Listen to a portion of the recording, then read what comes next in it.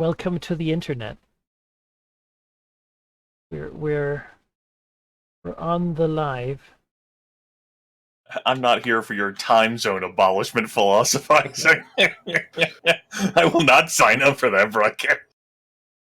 I mean, I contemplated, putting out my arguments, arranging them so you would be convinced. But I feel like I've tried that before. You prepared a PowerPoint presentation. Oh yeah. I've seen you, Grimmeth. I'm like, very good. I've been hearing about this for all of my life. Should DST be abolished? Dime zones, bad? We're not farmers anymore. This is the 21st century. I mean, they are entirely based on the personal perception of people that it should be like morning at 8 a.m. and like evening at 8 p.m. But why? Even though, like, it's evening before 5 p.m. where Manikai is, because he's so far up north in Denmark that the sun fucking sets before 5. Yeah. I mean, it's just... I wouldn't have a problem if it were like morning at 8 p.m. and like evening at 8 a.m. if it were just flipped around because the global time zone makes it so. I would accept that. Yeah. The world does not cater to your whims, Sheep. It's tragic. I mean, it should. My whims are pretty good. The problem comes when suddenly you have the Brits say, well, they should get to have the like noon at 12, right? I mean, I'd accept that. I mean, they've got the Greenwich Mean Time. They already have that going for them. They've set the precedent. I'm okay with that. Yeah, I mean, me too. Doesn't matter, but see, it's two of us agree already. Yeah. I'm willing to accept the precedent of British. Sure. Yeah, well, I'm not. You know, we should throw them a bone nowadays. Why don't you find some clocks to throw in your harbor or something? I don't actually have an analog clock in my room. It's all digital. I'd have to throw like a phone in the harbor. The real problem is the AM PM stuff. That I cannot accept. Sheep spoken AM PM. What's wrong with you, you fucking curmudgeon in your 20s? That can't be how people do it in Germany. I mean, I usually do it because why do I do that? She probably interacts a lot with people who use an AM PM cycle. I think so. Like in Germany, we usually don't. From actually, Star Sonata folks to folks like he goes raiding with.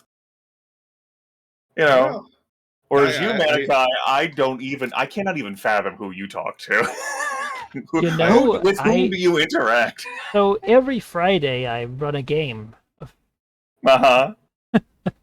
With the same close-knit group of people he's been role-playing with for several years.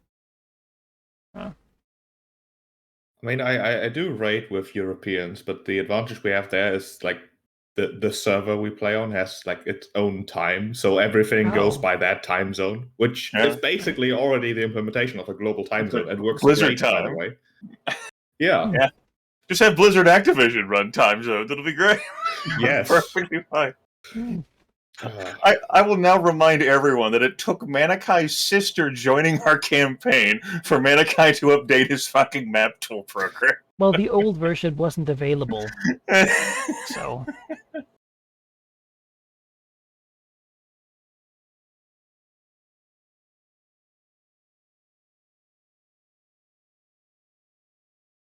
I mean, in German, we actually do sort of have AM PM as well. Like, not as officially as the English languages have it. But if I'm referring to 2 p.m. in German, I would basically say 2 o'clock past noon. That's how that goes. Like we don't have PM. We literally say like, oh yeah, 2 o'clock past noon. I was taught in regards to telling time that was okay as well, that folks would still understand you in German-speaking countries. Yeah. You'd get away with that too. I could as well say like 14 o'clock and people would still understand. Like it's completely equivalent. Yeah, yeah, that's true. It's just when you see it written and you see AM, PM, you have to just think for a moment, like which one is It's which. true. I Make it a do little- not. Yeah. That's American prowess right there. Yeah. Grimmeth, do you have to think whenever you see a 24-hour clock? No, that's military time. I also understand that. The Elder Scrolls 2 Daggerfall taught me how to translate a 24-hour clock. Oh. Oh.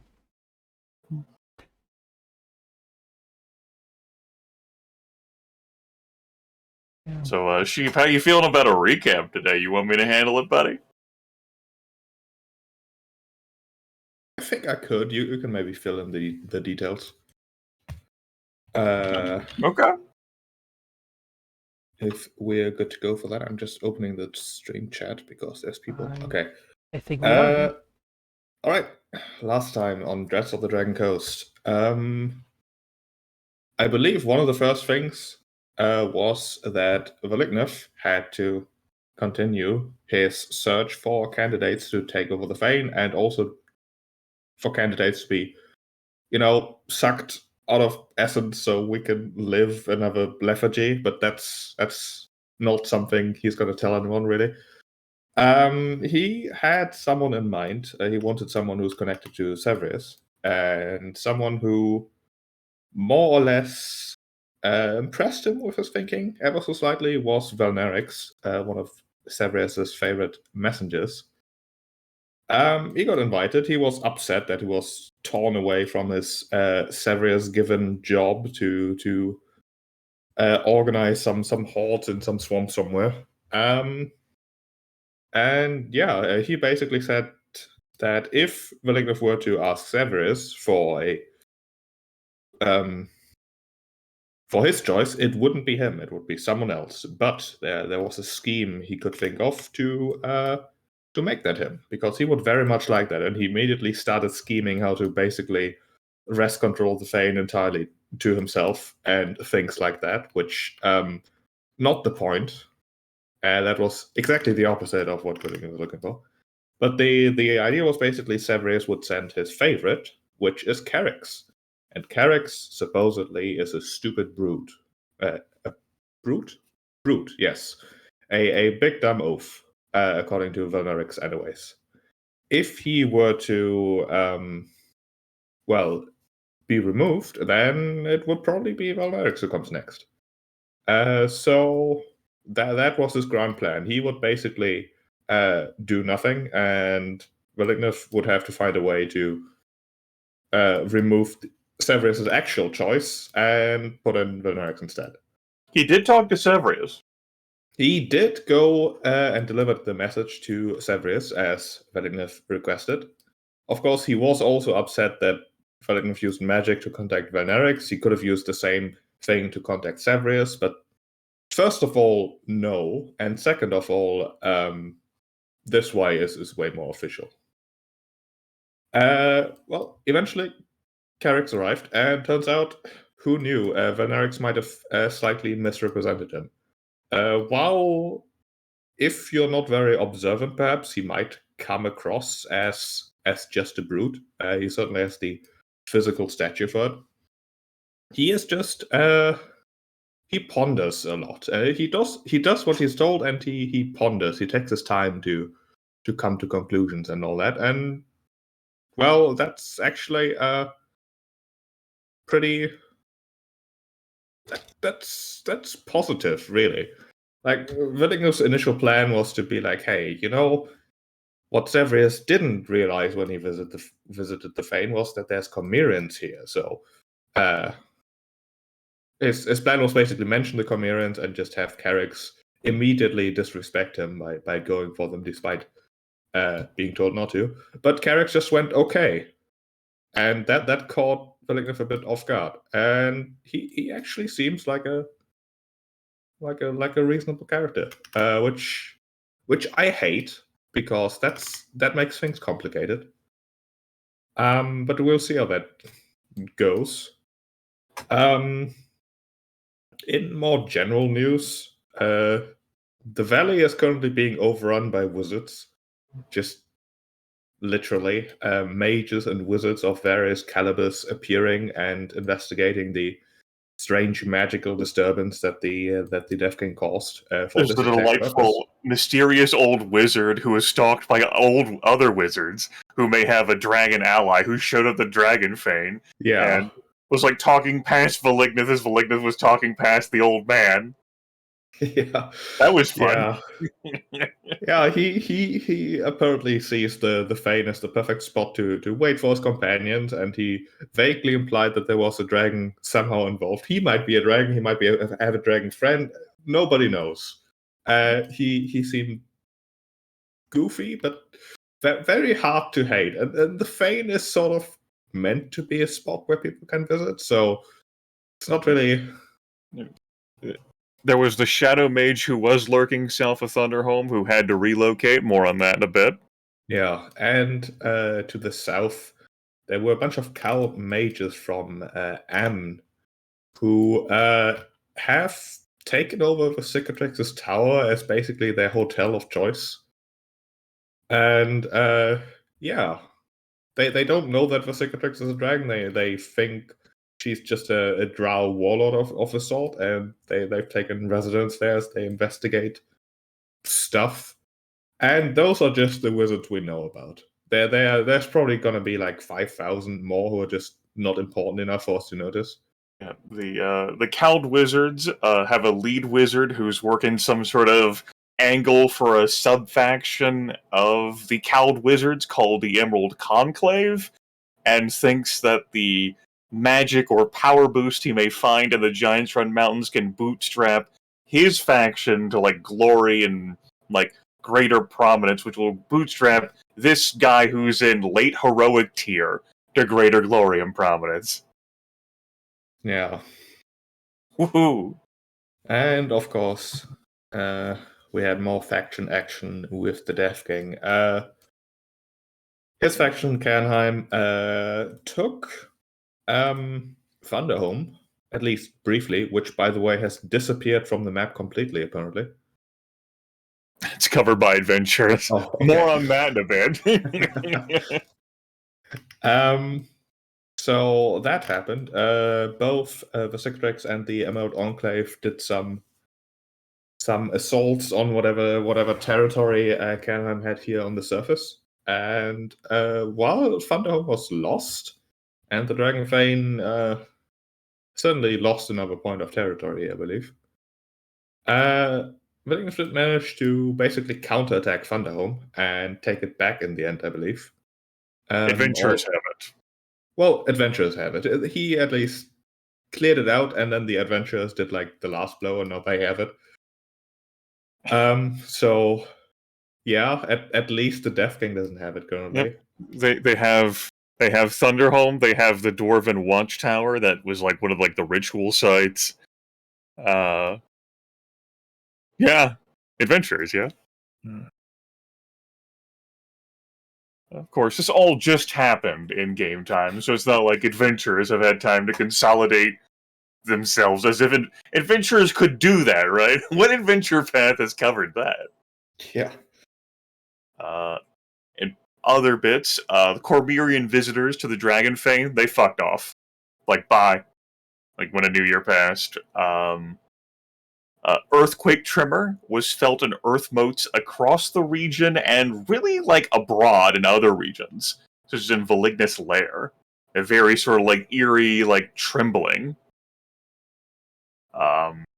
Zalaznar wanted to send an expedition to the northwest to like connect with other druidic or like nature inclined types in the high forest, which got endorsed. As you noted, you lost a permanent point of territory, which has not been like reclaimed. Kernheim lost a permanent point of might, however, due to just being overtaxed by 3 diligent factions. That is true. And we ended somewhere in the late spring, early summer, who fucking knows, of that year. or we will have no more company actions. Wink. Yeah.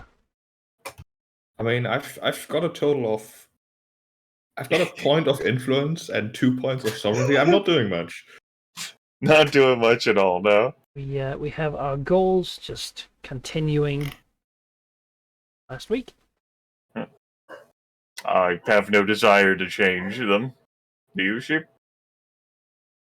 I mean, I have a goal that I want to put on there at some point, but I mean, you already have learned the secrets of a tomb. You have removing Cormyr from the Dragon Coast, and permanently reducing the territory of Kernheim is something that you and Aerie both like. Which, if anything, has gone the opposite direction. yeah.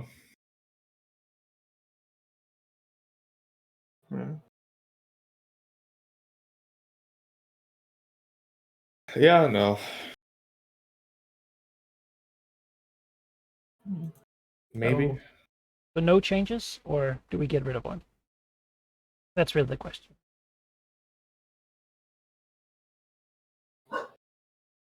I think visiting the tomb is not going to happen anytime soon. You don't think so, no? I think we can kick that out for the time being because I've got more pressing things to take care of first. All right, Yeah. we can get rid of it. All right, then you can fill in that slot next session. Per our rules. That is how it works. Good. Then we can really begin the game. Pretty much where we stopped. Company action has happened. Kieranheim fought, and once more, like last year, it seems that at some point, just the giants are somewhat spent, and so too are the factions opposing them. Meaning that there sort of is a bit of a stalemate appearing in the mountains, as the giant necromancer restores his forces and prepares them and re-equips them, and as the Dragonfane, gathers its strength. Factions too. Yes, you had made mention that the undead stone giant had risen to the surface to prevent any further losses of might.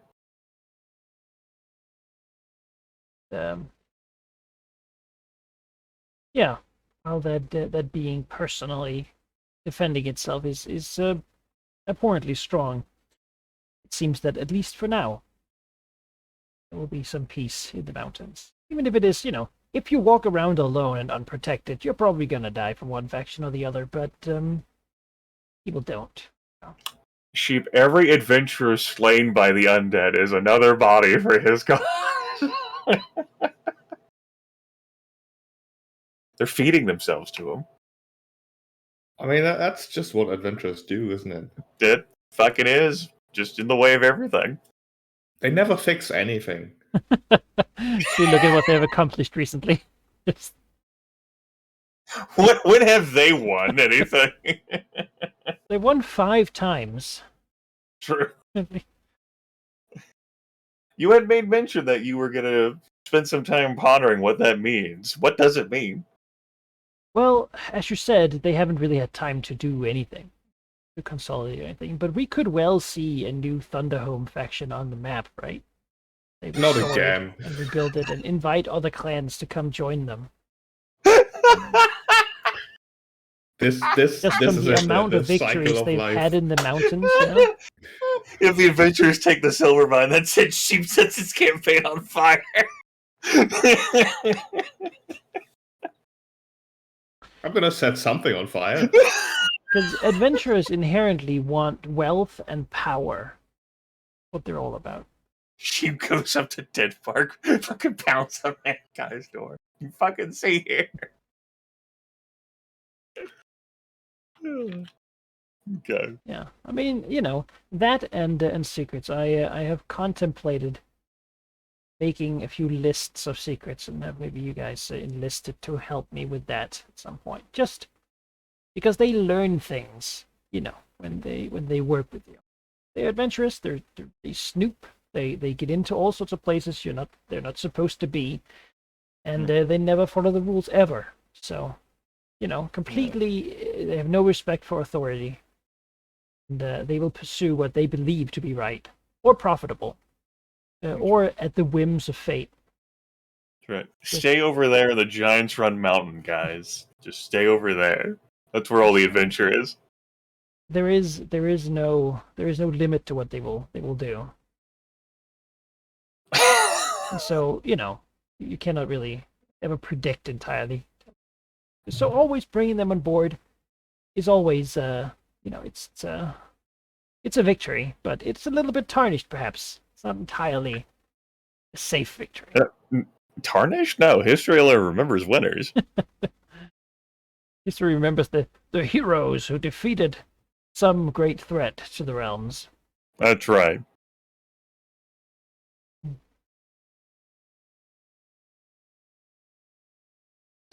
I understand the Copper Dragon's desire to rewrite history more and more. Miss him, huh? I do. What would true. he have said to all this? As his twin brother shows up.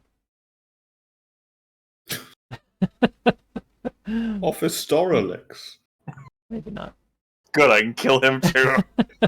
3 dragons. Hey, I found your other dragon that you wanted for the Fane. Wink.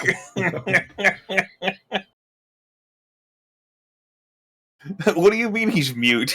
No, I didn't claw out his vocal cords. I don't understand.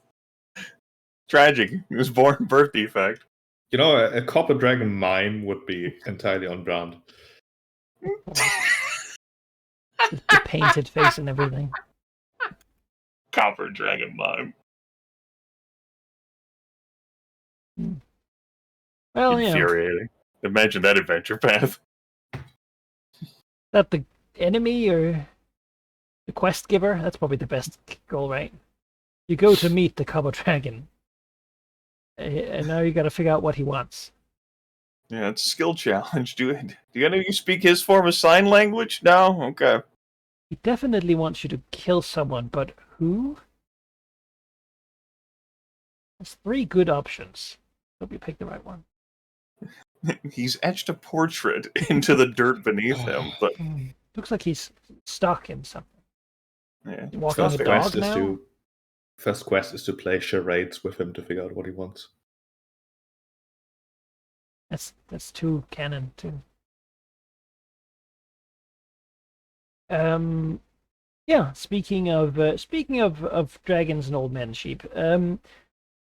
Velicnus, we got to start the session somewhere, right? Yes. Velicnus' attitude to the many books he reclaimed from Redenseer has so far been dismissive. He has them so that he can control who gets to read them. Yeah, basically. And they're kept in a place, he's never really put a great amount of time into organizing them or, sort of. Yeah, his main priority was to keep them safe. They're like in like a dark room that is dry. In like the inner sanctum of the actual temple, and not just accessible for everyone. Although he occasionally, of course, lets people actually peruse them. Lying in neat, disorganized piles with no system of inventory. A neat, organized pile is a system of inventory. Just much like a hoard is a system of inventory. He knows where he can find a few things that he might ever need. And that's what matters. Yeah, so long as he knows where it is. Ogma says you should have to work to acquire knowledge, and here the work is finding it. So it's all according to. It's really an offering to Ogma when you think about it. All that wasted time. So these traveling wizards visited have requested access to these, right? And he has basically said, no, you can ask me for a specific volume, and I'll let you know. Yeah. Yeah. You tell me what you want to know, and I'll consider whether I want to let you know. Mm-hmm. So if someone asks him for something, say like cultural art history of Elversalt throughout the last 300 years, what's the next step for it? Because that sort of thing is going to be happening a lot. I think Villeneuve will make it clear that the answer depends entirely on his mood at the time. Right?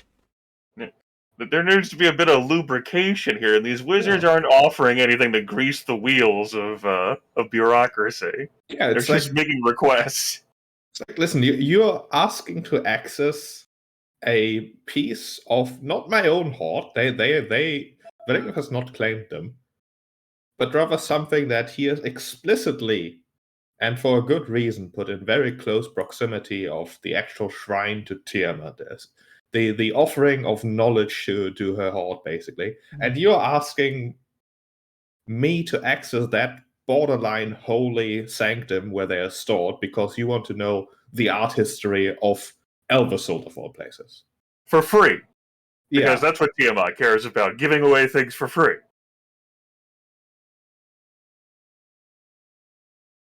So, maybe. Mm-hmm. But why? Yeah.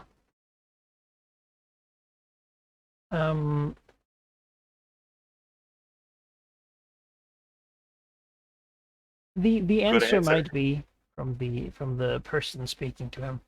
You can imagine, old man has like a colorful sort of golden parrot on his old gnarled staff.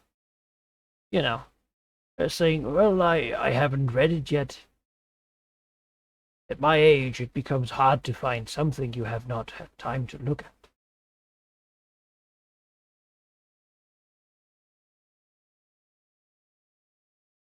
That explains your motivation for wanting to read it, but not my motivation for allowing you. There be some motive for kindness. Villeneuve tilts his head. I've been accused of being many things, but never kind. Tell you what, though. You might be competent in whatever it is you do. And if you were to use that competence for my benefit, I might be able to give you what you want. So, you're obviously aware of the troubles that are currently visiting these mountains, correct?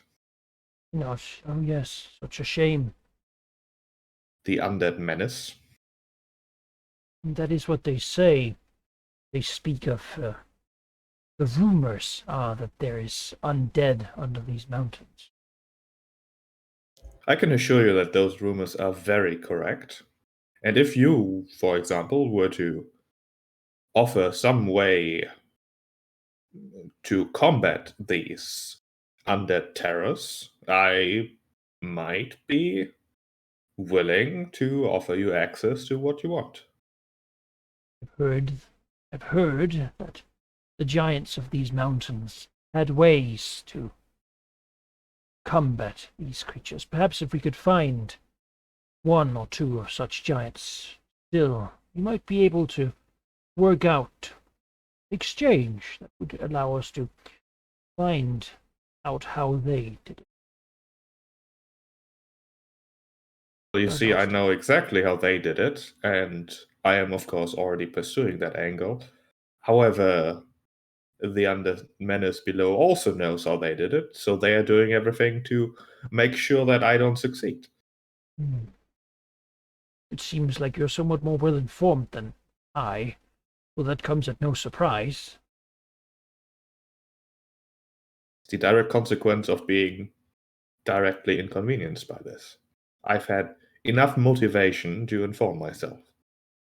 Well, much as you seem to dislike me, accessing your books, which nods as I will of course respect, I believe that should this war, this conflict be lost, that I would have an even harder time accessing this art history of Elversalt. It is true, and I do recognize that the history of Elversalt has become somewhat, I suppose, more interesting to scholars ever since I destroyed the last version of it. You see, there are very few copies left. I mean, there were never made a lot of them.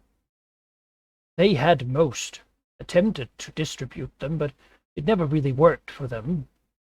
But now, how else would we know what they thought back then? Sure, it is a conundrum. Community and history are important things. Perhaps another reason to help me in my quest would be it might help foster a sense of belonging, of community to this place. A lot of people come and go, but perhaps it's time to make this shrine a bit of a home. Home for whom exactly? For art historians? So amongst other things, we are never only one thing.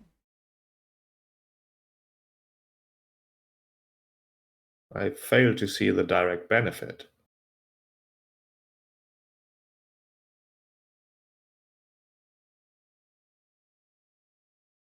He said and answered, I would have once as well. Maybe it just comes with old age.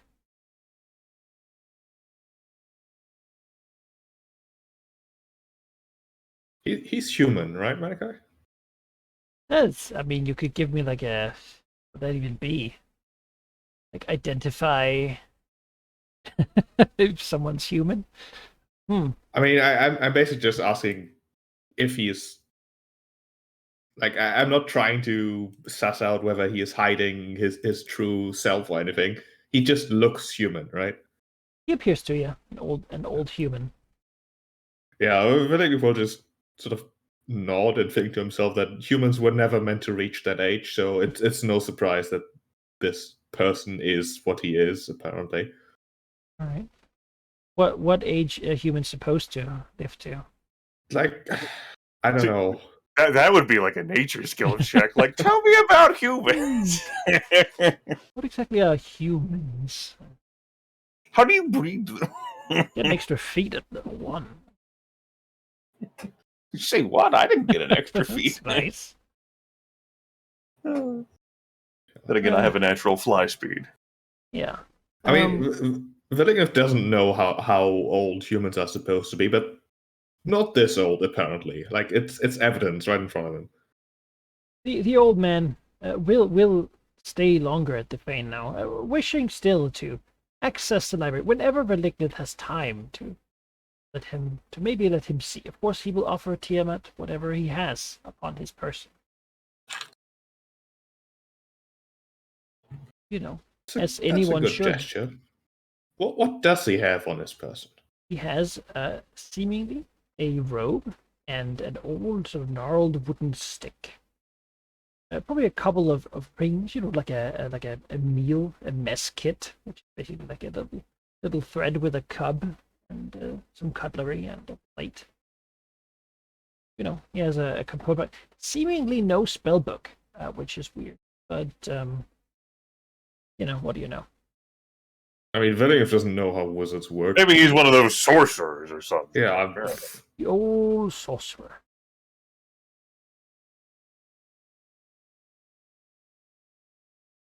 I donate my mess kit to Tiamat.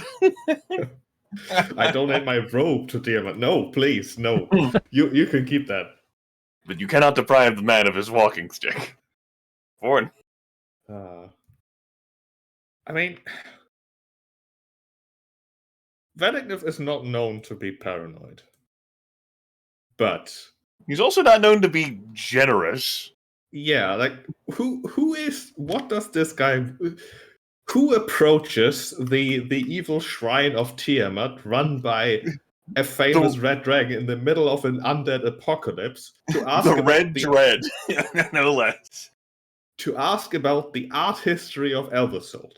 The person who destroyed the previous incarnation of Elversalt some decades ago. Like, I'm. Is it because Valignum is so confused that he doesn't just like eat the guy? Is that what it is? Like, He's not confused. He is completely just at his wit's end. Like he thought he understood people, and like their motivations are not difficult to understand, you know? But this guy comes along and wants to know about the art history of Elversalt. this is why it took me so long to get Thunderhome under my control. This guy right here. I think he is so confounded by this guy that he's actually taking a bit of an interest on what is this just what happens to old people?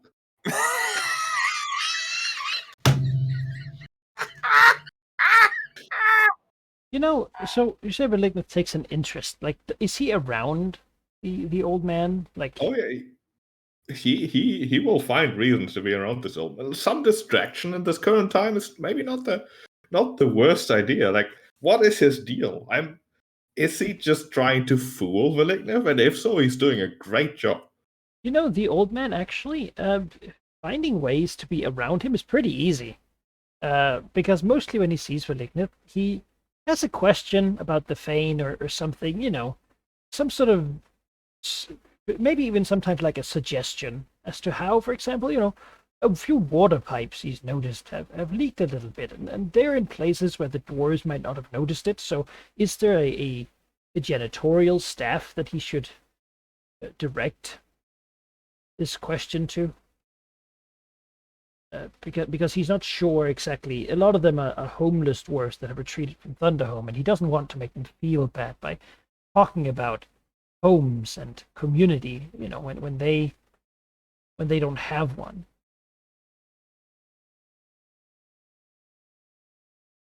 The ability to go from leaking pipes to community is impressive. Well, no one living alone has pipes in the wall. What? Not that I've ever seen, at least. It's not something that a certain level of craftsmanship is required, which you just do not find with hermits.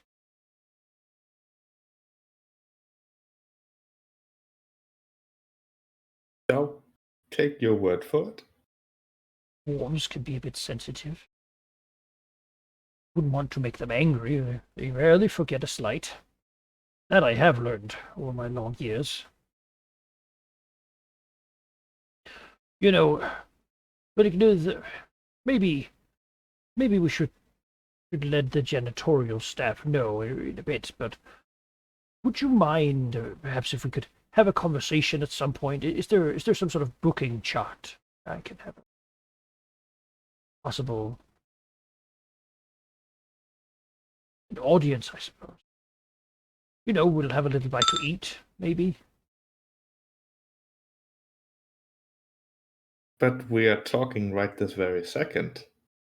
We've been talking for a while. Oh, so I lose the track of time when we are conversing in this matter. Quite something, you see. Very rare to get to talk to someone like you. I would say I haven't had the many chances of that in my time. Are you aware things are happening around the world, and it is quite a special place, this Fane. Not many places where dragons band together. Things are happening. I did mention the Undead Menace, correct? Oh yes, I mean that's one problem here. Elsewhere there are other problems, and mostly problems seem to bring people apart. Yet here we are talking about leaky pipes. At least that means that the Undead Menace is good for something, right? Silver lining. Yes, I'm sure that without the rising undead, I would have never known about this leaky pipe. Oh, not what I meant exactly. I meant that we would never have met. Old man, as far as I'm aware, you came here for the art history of Elversold and not necessarily to respond to any of the world's problems. Well, we got talking, and I'm quite considering extending my stay. Yes, of course, the books are hard to come by, but eventually I will have done enough to earn my place to them.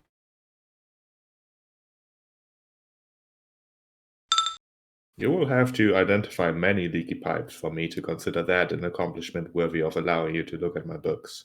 Oh, that sounds like a difficult task. The craftsmanship here is quite well done. I don't think there are many to be found.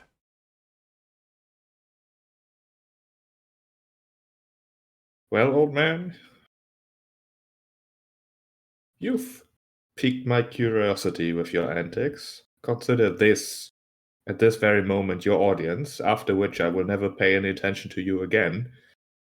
Because, quite frankly, I think you're just wasting my time at this point. There are problems, as you've just identified, to be addressed, some of which directly inconvenience myself, and therefore have priority.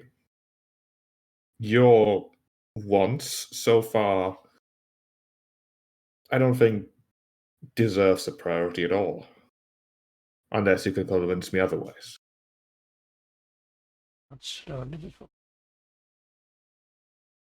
well, let me start from the beginning. Well, no. Well, that would take too long. I have time. Well, I don't think I have enough, frankly.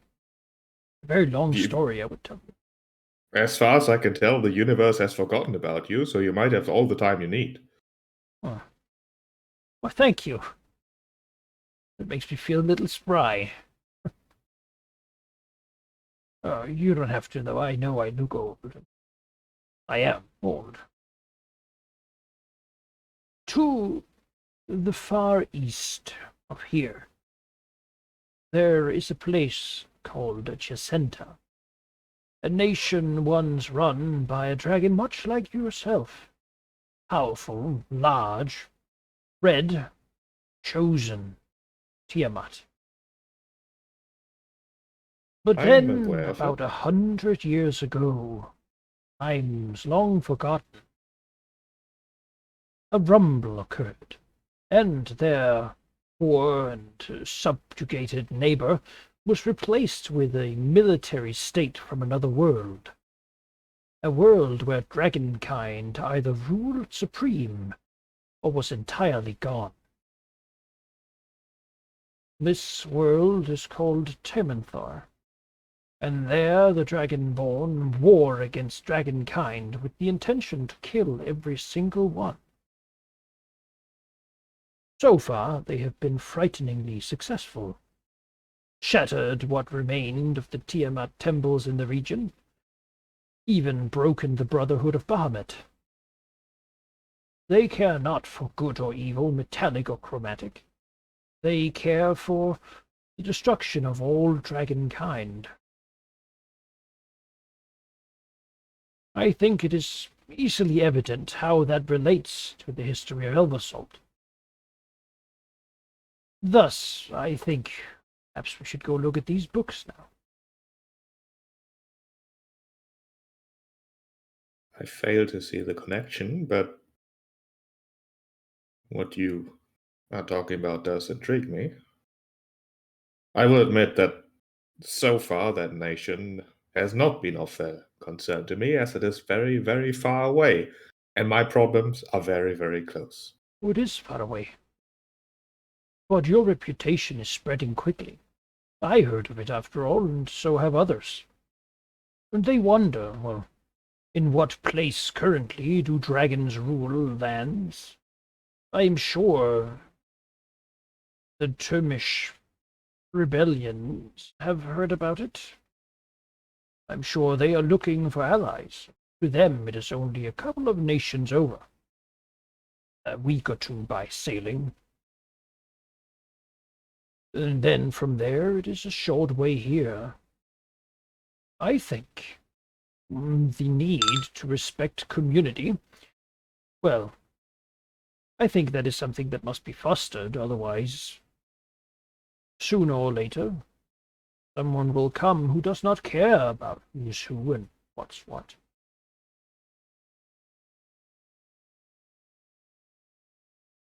You have a point.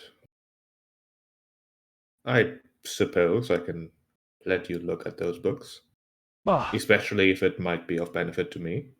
marvelous. And I hope we wouldn't have to go find it, but that I could simply have access to the library then. There might be other related volumes. Usually these things are pretty self-referential for the works of other authors, or the same one, in worst cases. Have you ever had that experience when you've gone to a store and bought a book, only to have it reference the author's 7 previous works? I Then can you have to assure you purchase with them absolute too. certainty that I've never gone to a store to buy a book. Well, I've heard Westgate have some quite good used bookstores, though. Volumes at times have water damage or other problems.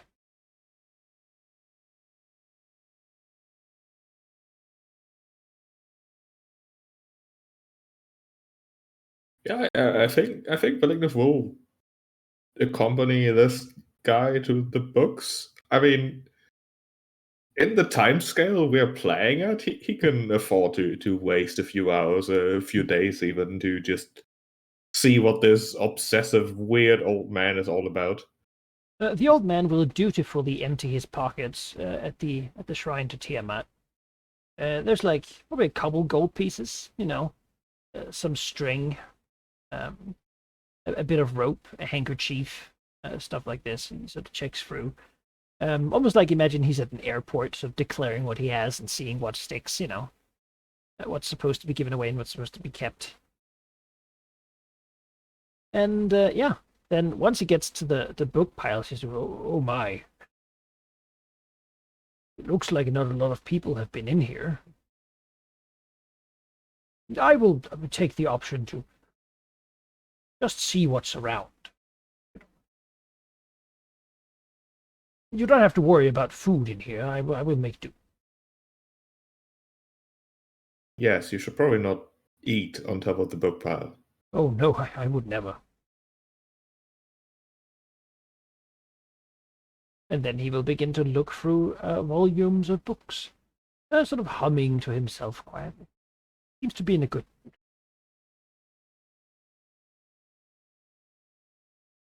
Thankfully, we'll just stay there, sit in a corner, and observe what this guy is doing. One, to keep watch on him, and two, I mean,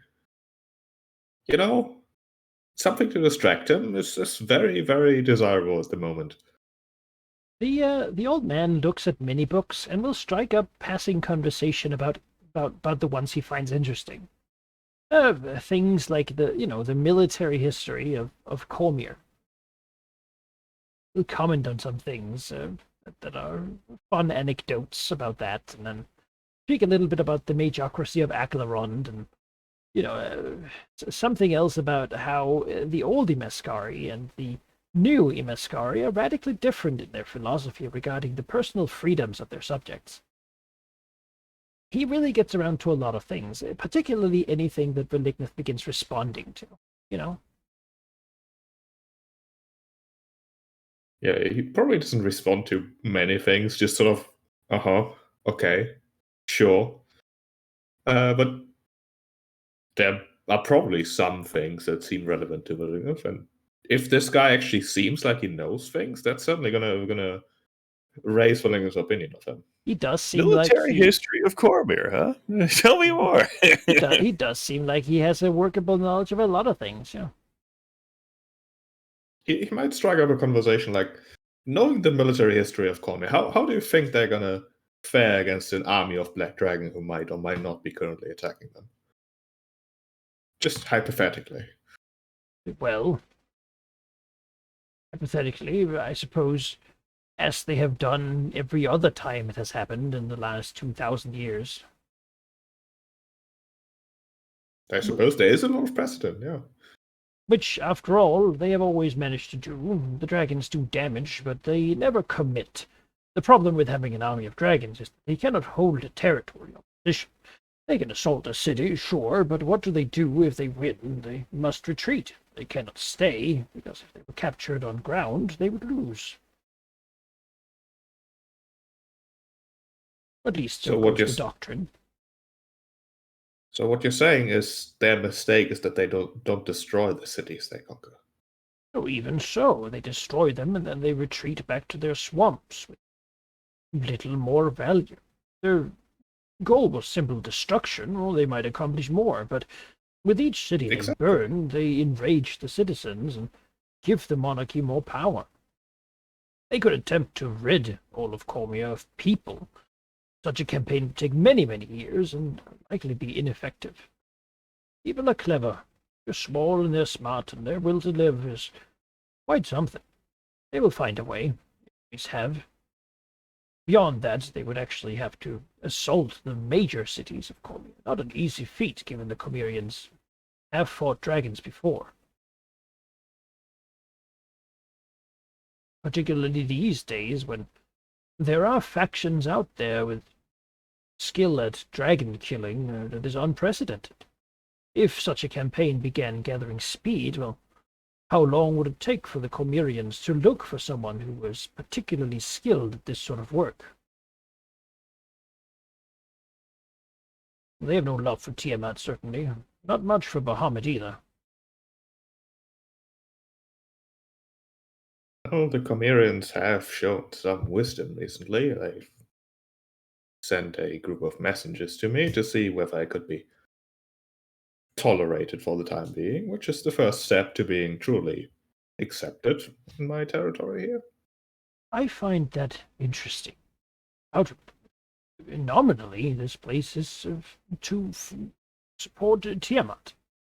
But, as I have heard from subjects, you are acting at times honorably. Does that not contradict Tiamat's doctrine? Act honorably, that would imply that I'm acting because of honor. I simply think that whatever I say has enough weight that it should be relevant. Therefore, if I say something, if it is supposed to have weight in the future, I need to stick to what I say. It's a credible observation, I would say. Similarly, well, this place has become a place of unity. Beings of different chromatic colors, and lizard folk and dwarves working side by side for the same goal with some sort of large lizard bird. Where else has that been seen? People of different creeds holding hands. Nods to himself. It is quite a bit of unity, and a shrine for the goddess of strife. It would seem, as you evidently explain, that at times doing what would be construed as good is also practical. Something I think far too few of the Dragon Queen's followers have ever realized. Indeed, I've always meant to express that the people who do as I say do not need to suffer. Quite the opposite. Those who serve me, I benefit from the well-being and the success and the prosperity of those who do well for me. It is mutually beneficial, after all.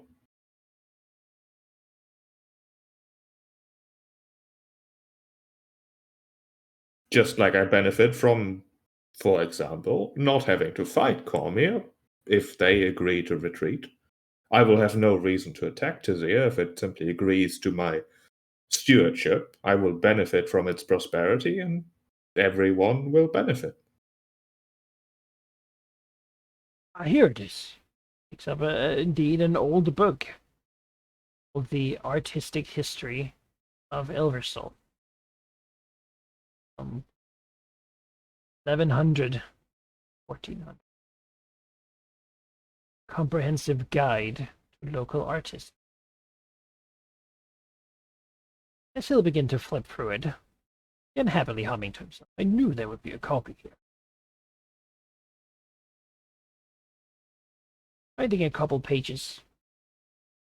Taking a couple notes. The first time he's done that. Onto a piece of paper. Flips through the book. Then closing it. Muttering a bit to himself. Most excellent. This visit has been very fortuitous.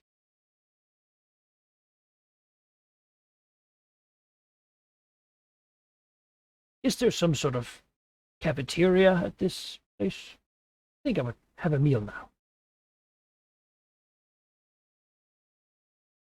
Not exactly. This place was intended as a place for dragons to stay, not people. We do not have a cafeteria or Uh, food cookery. What do dragons eat? Like, sort of shrugs. I mean, that seems like a varied sort of diet.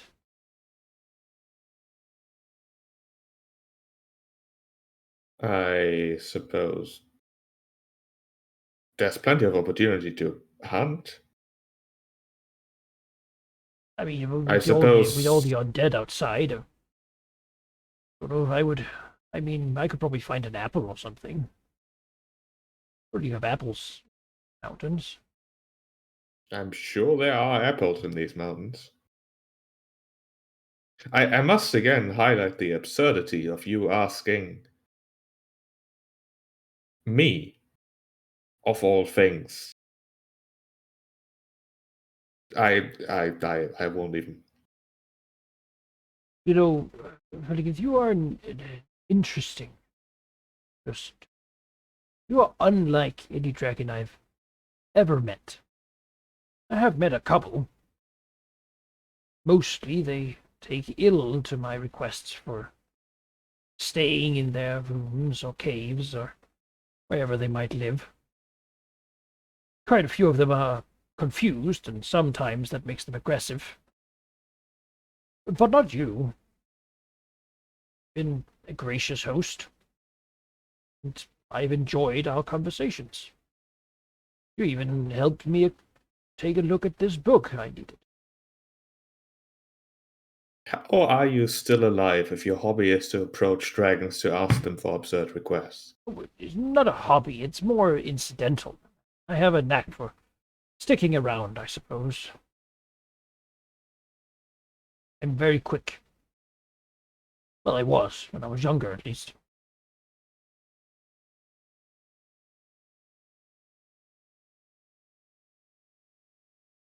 Just dig right through the ground.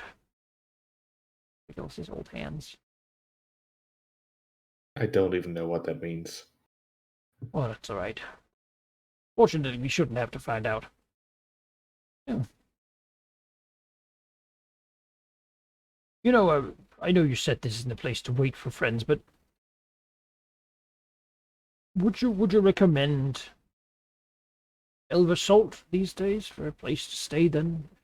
Not here? I would have recommended Thunderhome until recently. Oh, yes. However, that is no longer an option. Well, here it has been liberated by some people. They're looking for patrons.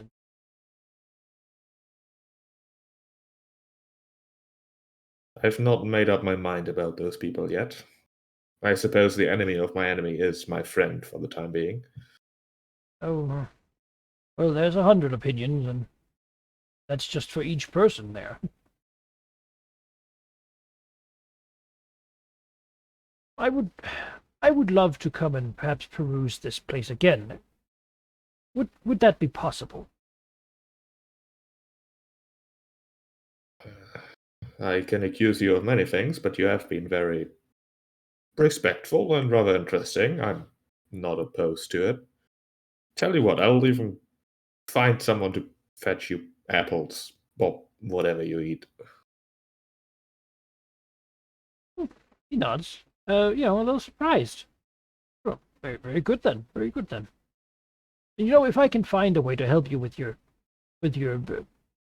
the rumored problem of undead, I will try to see if maybe I could know someone who could. Sure. I'm not beyond asking for help in this matter. Well, I would say yes to such a request.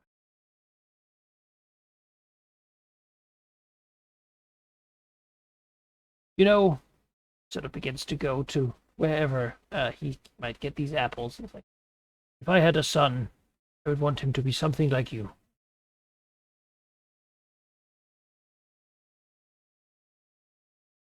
Go and have his apples. He was confused, mostly at himself. Yeah.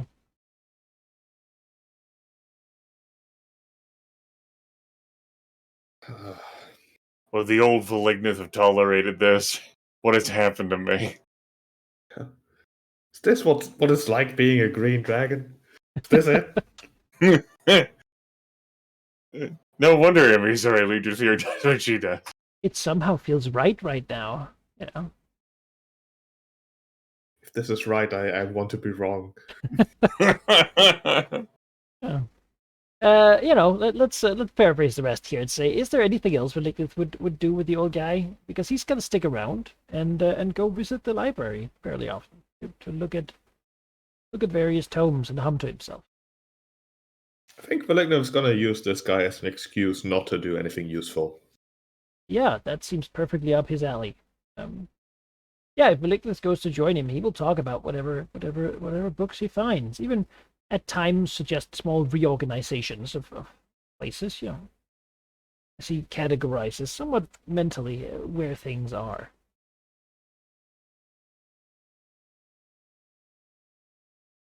No. Does Malignant reorganize the books whenever the man's like taking a break? Malignant has no particular preference to how his piles are organized. As it feels spiteful. Is there any books in here that he wouldn't want? I mean, if there's like the great book of dragon killing, then maybe not that one. But maybe pertaining to, I don't know where you've kept the scrolls that the Death King was looking for, that he sent the vampire chosen to Redenseer to retrieve. Those bottom. Yeah, anything related to like the dragon rage, maybe not look into those. Those will be in a separate, like more secure storage somewhere. But generally, like it would have to be a case by case basis. If the old man goes like, "Oh, look, the tutorial how to brew the dragon plague," then maybe not that one. But nothing specific. The old man will take notes every now and then from certain books, and certainly also while he's here, have some visitors show up who are apparently adventurers going to go investigate the mountains and gonna go do things there, and he'll have like long-winded conversations with them, sharing some of the things he's found, with great excitement while they nod along before they leave again. They don't stick around though, but he does. Seeable future.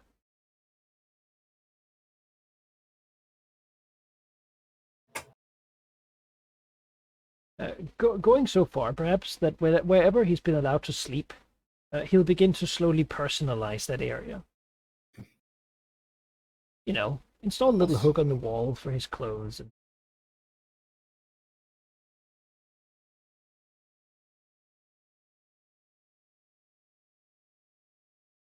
But enough about him for now. Let's look over to the Gulfmere Forest. What is Emisuri Literature doing these days after the battles in the mountains sort of died down? She's bored with him. It's something that she knew was going to happen because the other two dragons have really wanted to do it. The other two dragons haven't moved further away from the mountains. But this is like last year and this year now, this has just been like too much of investment of time, really. Like she's had to stay there, and she's like on call. She's had to like organize like people beneath her and to like do stuff pertaining to that, and you don't just like wrangle like a group of like nature lovers. Like it's not how the structure works. Yeah. mobilize things. I think her time in the aftermath is spent like smoothing over like ruffled feathers and like answering questions and playing more like the diplomat portion of like being an elder of the Emerald like Enclave of like what it is that is happening over there, like terrible, horrible undead shit, as was evidenced whenever those witnesses who saw us fight the undead stone giant saw us fight the undead stone giant and got to leave with that intel. Like, it's what we're getting involved in. That's a core tenet of the Emerald Enclave as it used to exist. Hmm. So I don't think her coming back to the Gulfmere has been anything fun. It's been Q&A troubleshooting. Yeah. Yeah, I mean, that makes sense. Is she looking for distraction, or is she more just resigned to do this? Like, No, I'm not looking for distraction. She's resigned to do this. She still is running on super energy, and it has to be resolved. God forbid she doesn't resolve it, and then Yaffle's current incarnation dies, and she feels sluggish, and then while she's sluggish, something pops up she could have solved now. Spare no expense. yeah, sense. Yeah. So there's this policing in the forest going on, right? Which is Yep. basically just generally the druids are aware of things. Movements have been made by the sea before. Druids have disappeared, and Salazar is making good work on fixing some of that, and actually being able to reverse some of these transformations people have suffered. Probably not like if they're fully complete, but these sort of infiltrator sleeper units, he's able to gain something. News will reach the forest here, probably through the druids. I mean, there were druids sent into Termish, help them with the famine and such, and there's probably still a certain presence. Beyond that, the villages here in the eastern forest are also full of people of Termish. That apparently Anglespark has arranged a harsh inquisition to move around and sort of knock down people's doors and interrogate them and try to figure out what is going on. What is going on, at least according to the rumors, is that there is a strange plague there. A plague of people speaking in tongues. They will say just nonsense. No effect, not even real words, just garbled half phrases. And somehow the effect seems to spread, making people unable to communicate, which seems to infuriate Anglespark to no end, as they just ramble on. More so, it seems that some of these things the Inquisition have found are like basement rooms with strange symbols drawn on the walls. Just people who apparently like fled out of their own skin when confronted.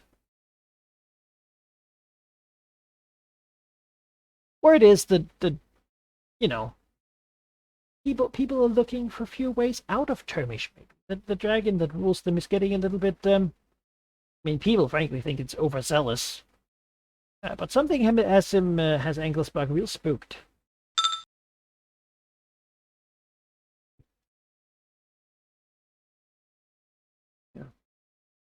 Yeah. He's trying to do what he can, but even a fire giant in the town is not helping, except for alienating people more. Well, it is not incumbent upon the Emerald Enclave to save civilization. And it's not exactly as if Anglespark has asked for help on this matter. And so Missouri Legionnaire isn't going to like make it a directive that the Emerald Enclave volunteers effort.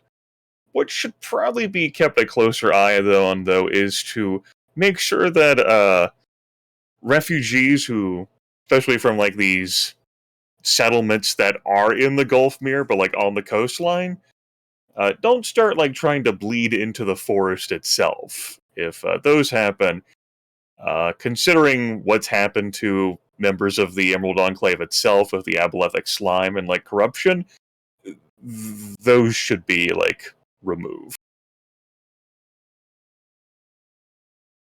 If they leave civilization, then they become our problem, and we can resolve that. Good news for Anklespark, though, it does mean that a lot of people are suddenly willing to become like caravan guards to travel with the caravans to Nathlik and further into the Dragon Coast. Now that there's some troubles at home, people want to.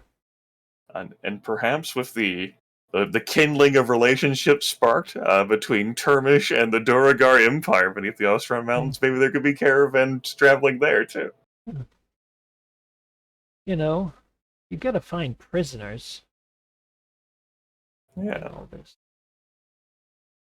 And yeah. Good point. Angle there. It's a recent connection, but given how Anklespark is acting, adding a few psionic Duragar to his Inquisition does seem like his style. Go around sort of mentally checking people. Yeah. I have to learn Common probably, but it certainly is a dystopian for him.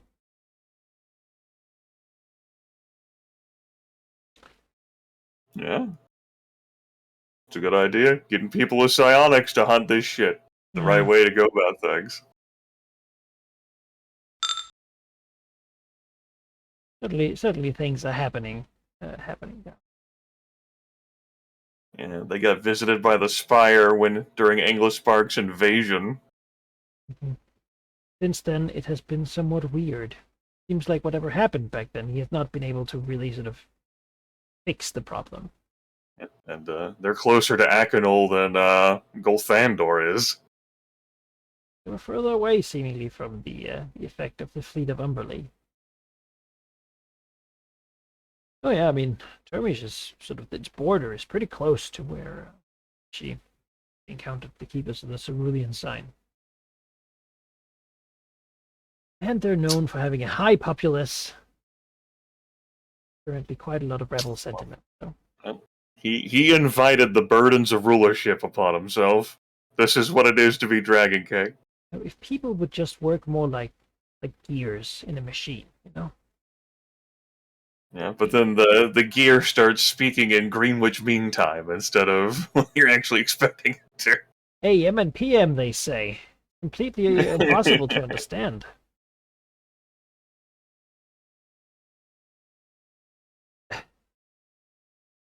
Yeah.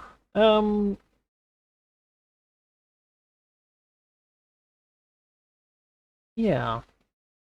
Other things that are going on here, as I think we'll say we approach the latter end of the year, right? Too many things don't happen all at once.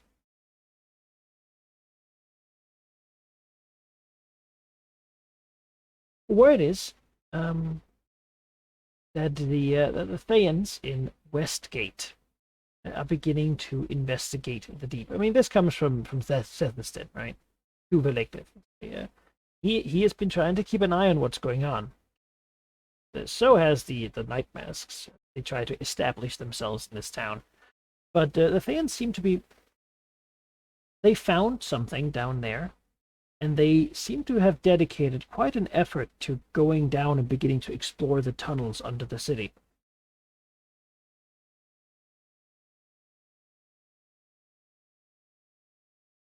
Cool.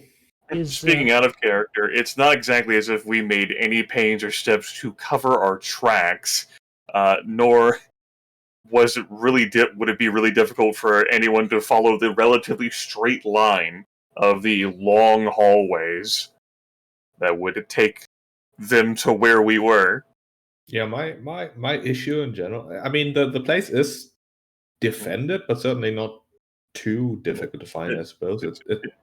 What you made mention of course, some weeks back when you and Ari were talking about in the group chat is those defenses swatted us away and were epic tier, though severely drained at the time, so they'll probably swat away the Thayans too, for a time.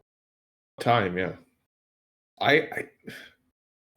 They could send 10,000 zombies at it, and if the zombies are shitty heroic tier, then it doesn't fucking matter, because... I do want to figure out what that place is about, but you also just abandoned the goal. Exactly, yeah. I can't think of a good reason to get all three of us together to go down there again. Like, no, nothing changed other than this metaphysical attribute that is AC on Malignant, for example. And also, like, literally cannot spare the thought of leaving these ritual sites right now, especially Also with the that, dragon yeah. fang, like, being in the condition that it's in. Yeah, Just you like- know how my territory gets constantly assaulted by undead? Let's spend like a week in Westgate. Right. You get severely injured, you need a 10-day to recover, like, oh no! Bad things are happening! Citizen actually believes that it seems more likely that aboleth activity has been found in some of the underwater tunnels. Something the Thayans seem to be tight-lipped about, but also very interested in. So what you're saying is the secrets of the Dragon Rage that are almost certainly in that tomb are being found by the aboleths. He hopes not. That is... Yeah. That was not a leap I had made. Is this how you live normally, sheep? Yeah. I mean, I'm so sorry. tell me that it's far-fetched. Tell me. This time I actually can't swap that down.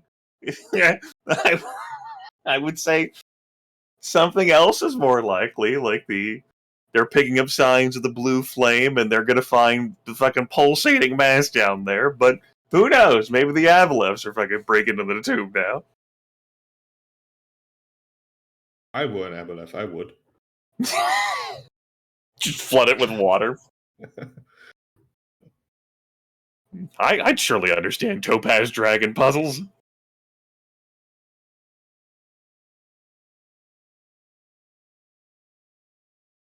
Yeah. The beyond that though, there seems to be other activity. I'm gonna say that this policing you have of the Golfmere could also reach it out to just the outskirts of just like spilling over the edge slightly. Makes sense that you're looking out what's going on. And Yeah. and something that, normally wouldn't be detected, but given that this is literally what everyone's alert to, is that there seems to have been large creatures underwater moving up along the rivers, both to the Lake of the Long Arm over here, and up through the rivers, like the one on the map here, Rosita spoke, but also just like smaller paths of water in the Gulf. The tributaries and what have you. Moving along them and then moving back out. It seems to be coordinated somewhat because they don't happen at the same time. You can sort of, with how they're spotted or the reports come in, right? You can begin to map that it's likely the same being, sort of moving along each one.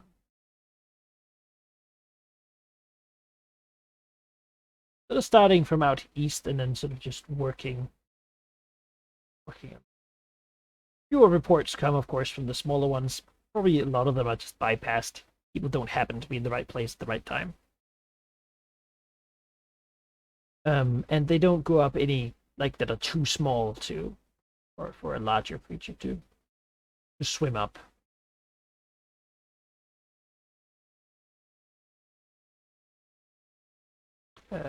As far as it's been, they've not been seen attacking anyone or attempting to do whatever it is that they do. There's no weird slime trail left behind. It seems to be happening with the assumed intention here of not gathering attention, being ignored, bypassed.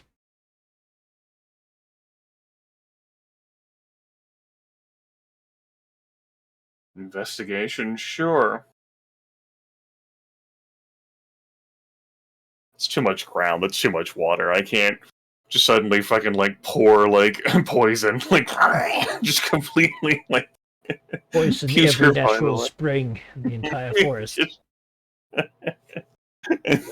over here too, like Naflek, we need to have a conversation. Like it's a bit too extreme. Yeah, No. very green Ah, dragon plan. Poison everything. yeah. Who cares? It's just poison. I mean, beavers are natural creatures, right? Zalazar's lived in this forest longer.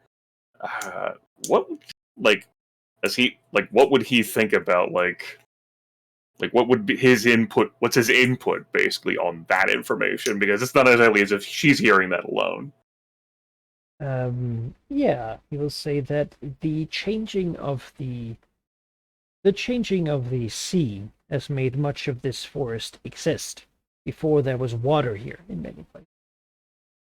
These beings, if it is indeed them doing it, likely have little idea of the terrain. They have not easily scouted the land. We have foiled some of their attempts and captured some of their agents who might have attempted to do so.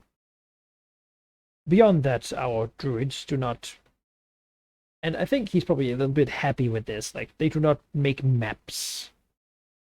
We learn things intuitively, in a way that these beings might have a very hard time to understand. This might be yet another attempt to spread their influence, to learn possible venues of attack. They may simply not know what lies here.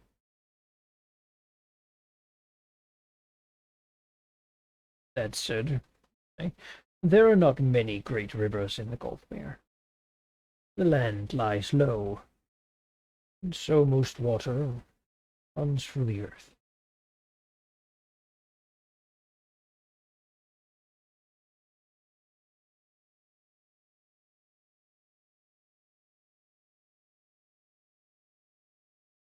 All right. I'm Yeah. just all right. Yeah.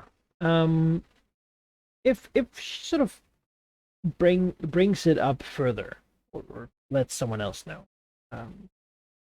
the at least if they hear about it, the keepers of the Cerulean sign. Mm-hmm.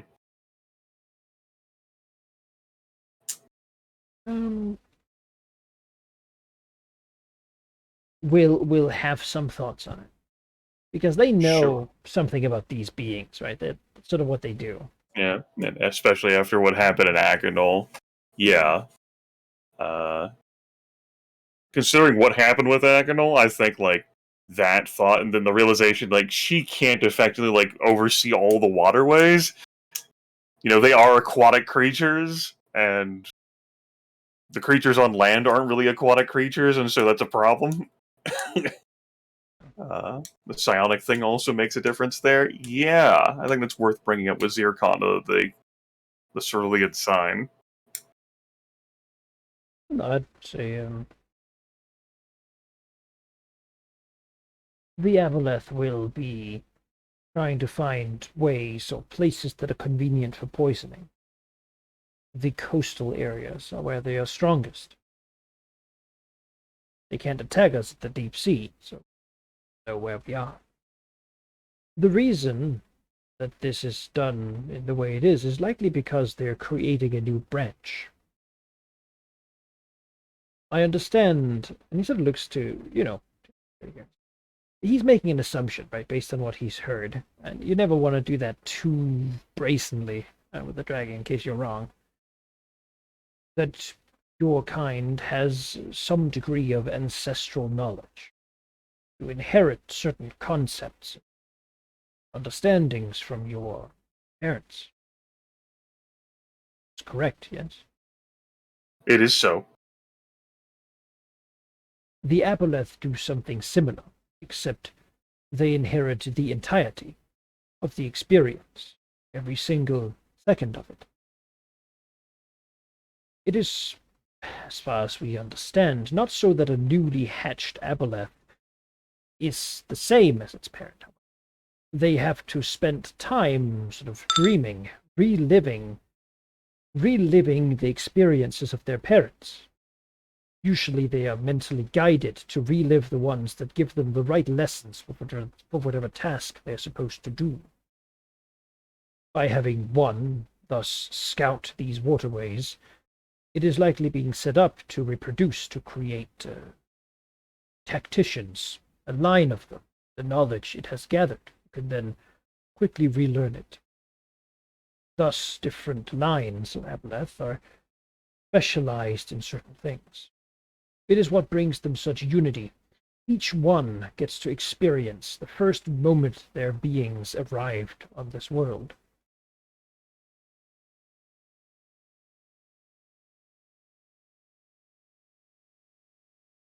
It also likely means that whatever Aboleth is doing this is a powerful one, and one of value to them.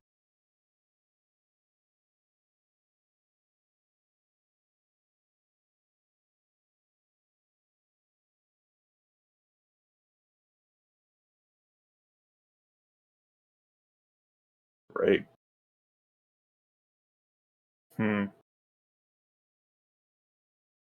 Okay. You'll often find when fighting these creatures that they fight you, then they retreat, with the intention to share the psionic memories between them, thereby giving others the ability to actively experience whatever fight they survived, learning from that experience.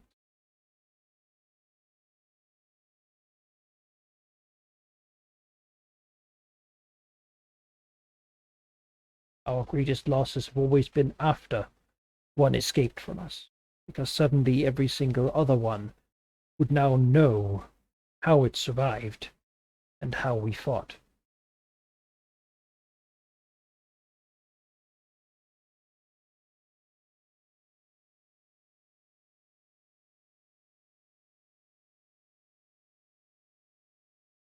I am the most effective combatant that, if not this world, this region has against the sovereignty and any entities of the far realm.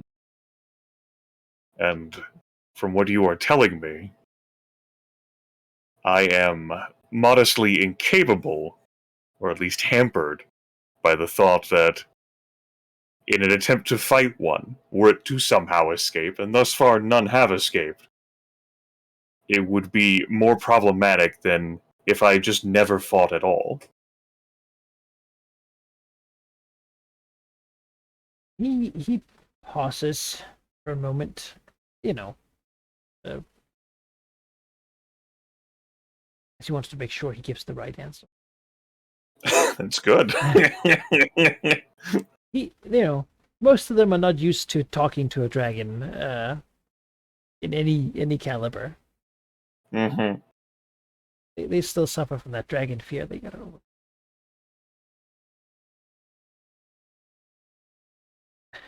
Times thought so as well. He determined that not fighting, well, eventually they will simply get what they want. Could also be bait, trying to lure and see what response happens when they reveal themselves, so that they can spread that. Decisive strikes is how we have survived as long as we have. Overwhelming force whenever possible.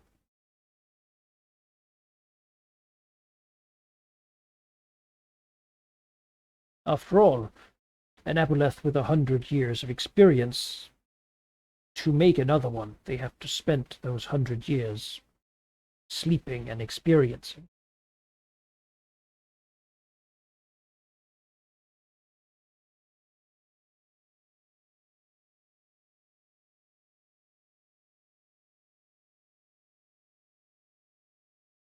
Alright. Cool. Not cool, but understood. There we go, that'll be the word choice there. What I'm currently, in the process of waffling around, and I'll speak this out loud as a player, is, on the like idea of how I would obviously not poison waterways, but effectively like oversee them, particularly given like the very nature of like the water and like the tributaries and the aquatic creatures traveling as they do cannot predict like their coming and going, and like because of courtesy of it being underwater and also courtesy of it being water and it being in like an aquatic home territory, I don't really have any minion that can like do that. Like that's me, and it's vast. Like it's a lot of ground to cover, and so I'm thinking of like a way to like if I get like enough of those like salt pellets and we just like dehydrate the water and just like I'm thinking like in sheep brand like terminology here. Collapse I it can't into the collapse. Underdark. I can't collapse the Underdark. What if I just dehydrate like the river? Well, I mean, they seem capable of dealing with both salt and brackish water, given that they live in the bottom of. Yeah, is it so? Yeah. So what I'm thinking here, and this would be something that Zalaznar would be more along the line of, is like, all right, they got to travel through water. They're not going to waddle up on land. Zircon here says that an aboleth could be working to spawn like more aboleths that could be like hiding in little cubby holes all along these passageways and sleep for like decades, like eventually awaken with all the memories and could be like attempting to like goad like a response of some kind. As harmful as it may be to nature, why don't we just stop this from flowing and just like seal this up and prevent prevent that from being a thing. Like the water can still flow from wherever it's flowing, but it ain't going to the sea of fallen stars. Or like divert the river. Yeah, we're gonna have to like spin that water somewhere else. Mm-hmm. I hear there is a great vast gulf that it's like water pours into. Into the Underdark. It's so convenient. Huh? Yeah, just throw the water down there. Long term, it also brings more Durgar up here. Yeah, exactly. There we go. They can build like water wheels as they like come up to the surface. It's a great plan. Time to hire an army of I do. As a matter of fact, I want more Duragar up here. Sure. Just drown their civilization. There we go. Oh, they're cheap. Here we go. Anglispark can have his Inquisitors, and I can have my Inquisitors. That's basically what they're gonna be, Inquisitors. Not gonna hide that in my fucking Duragar police force. A terraforming project like that would be quite a vast thing. If the idea is simply to block the waterway, Selesnar, like if you put enough treants in that entrance, just make it into a slow moving like swampy area with a bunch of trees in it that are particularly like sentient, then you should be able to bash whatever things. Turns out trees are also difficult for psionics to really understand.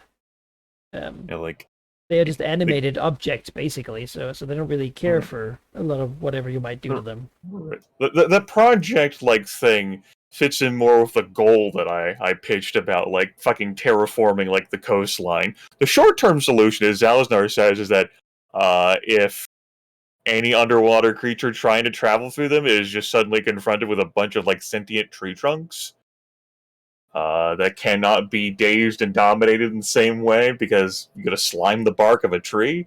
That's a great short-term plug. Let's stop easy and free travel.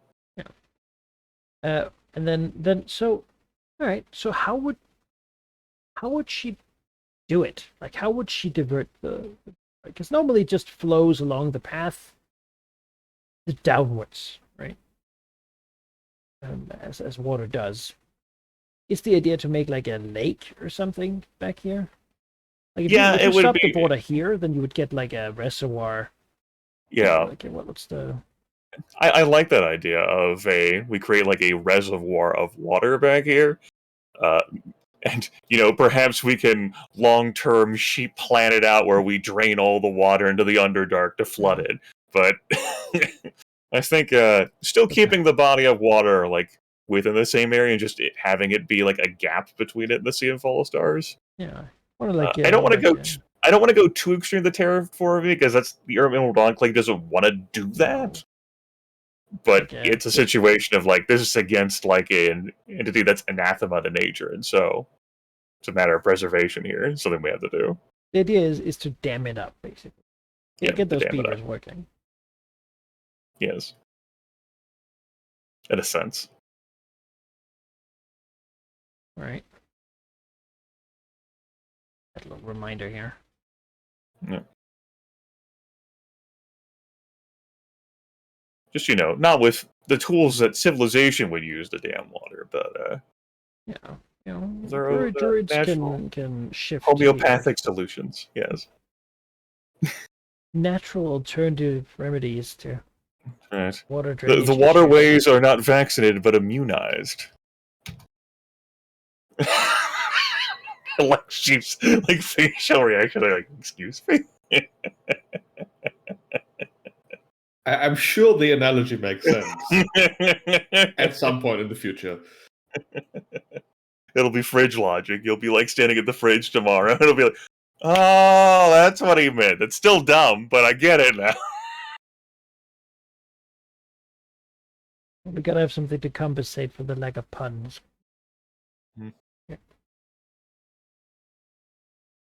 Yeah. All right. Will there be any further? Just like this a long-term solution. Basically, setting up a way to protect the forest by basically eliminating the waterways. Yep, eliminating the waterways. The immediate short-term thing is put treants in there until we get this underway. Salazar said you put treants in there, we put treants in there. Yeah. Treants don't like to move anyway. It is Salazar's solution to a lot of problems, but this one is a convenient solution one. Yeah. You know what? He is Salazar ever since I intimidated him at that fucking meeting. Are on the same page. I really like this guy. He's good people. Yeah, well, you sort of did almost banish the part of Sylvanas that disagreed heavily with Millar. So, Yeah.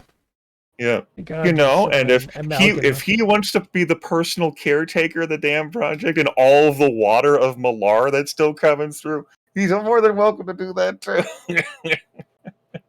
He understands treants far better than I could. And he just thinks that aboleths are jerks. Who doesn't? Exactly. And that's not going to take any company action for that now. That's going to be like ongoing project. Yeah, and that's probably going to end up like taking our focus away from this shit over here because this matters more to us than Undead. Bye. Yeah, she should. She's going to terminate this whole plague thing. Sounds interesting to her. You know what? If she can proliferate that somehow. I was actually gonna I was curious whether she would take an interest, and boom, already did for me. I noticed that I thought Anglo Spark's pet vassals were gonna remain in Assam to sort of look over the trade route. Were they relocated because the animal problem actually hasn't been solved because it can't be solved? They probably were told that they did a bad job because they have not solved the problem. So they unexpectedly lost a third of their squad suddenly. And he might need them back home because he doesn't want them far away at times when he doesn't feel like he's in control entirely of the situation. Feels like then they could use that time to slip away, and go live someplace else, and he can't have that. Yeah. To keep him close to them. Yeah, one of them just got repurposed by Valignus. Who knows if any others would make it to the Dragon Fane? Yeah, he has seemingly been going a bit further, looking around. I mean, dragons live. This is the Forgotten Realms. They most mountain ranges have a dragon or two hanging around. Most of them are small. Raid a caravan here and there, do a thing, fight some goblins. But if he can find them, then he can sort of impress them into his service, and that that is a priority. So right now he's dealing with this weird stuff that an enemy that Right. cannot just be fought in battle. It really is just annoying. Right. It's difficult for him to go himself to go find other dragons to put into his service when he's got to oversee an entire nation. Yeah. Yeah. Rulership heavy as the burden of the ground, man. It's just not what he thought it would be. He just this whole Kingmaker adventure path that he was on, it took took an unexpected direction. Suddenly all these problems happen, and people just can't fix them themselves. My fire giants can't solve all these problems. I don't understand. There was an enemy he could beat into submission, show his martial brilliance and his military tactics, then he would, but there isn't. People are just talking weird, and it spreads. Do you just eat the people? Well, there's a lot of people there. Yeah. I get you.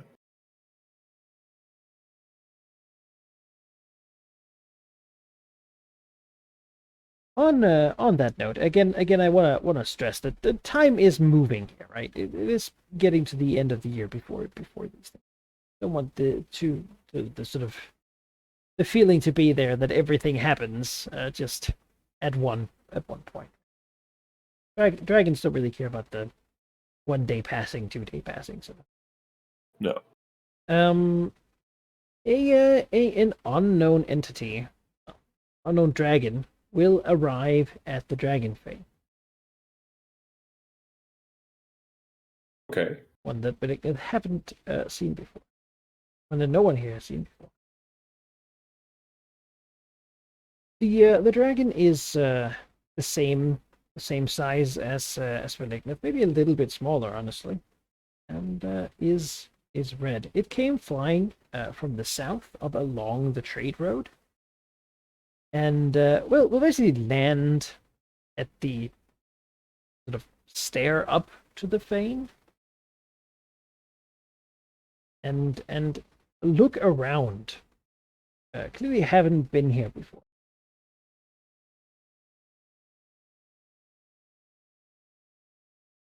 I think Magnus, upon hearing that, will make sure that he is on the plateau. Is it looking around as if looking for something specific, or as if just orienting itself? No, it's taking in the scene. She sort of spreads the wings, proudly shows the strength of a red dragon. There's always a little bit of sort of when you're a dragon arriving in a new place, you got to show that you're here, right? To people, but beyond that, there's sort of he's got enough insight to see that this dragon is slightly just anxious in a way. That's good. Clearly hurried to get here.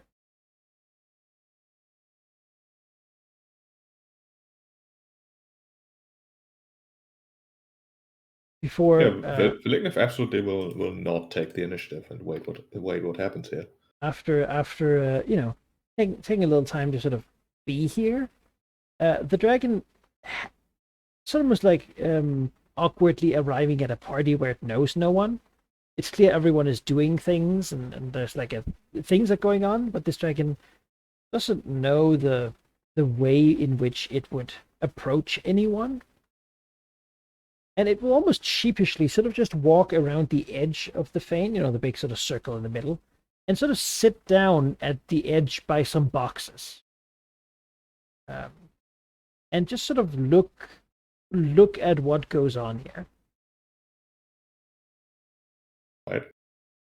Seeing the hesitancy, will give a basically a gesture, a look towards one of the skin wings patrol flying above the dragon fane, which is basically the command for it to greet a new visitor. It's the job they've been given. They basically intercept usually humanoid visitors who ascend the steps and basically tell them, yo, here are the rules, here's what you got to know, but you are allowed to approach. Usually he doesn't do that for dragons because they just appear on the plateau and he gets to greet them there. But if this one is too hesitant, maybe she needs the introduction here.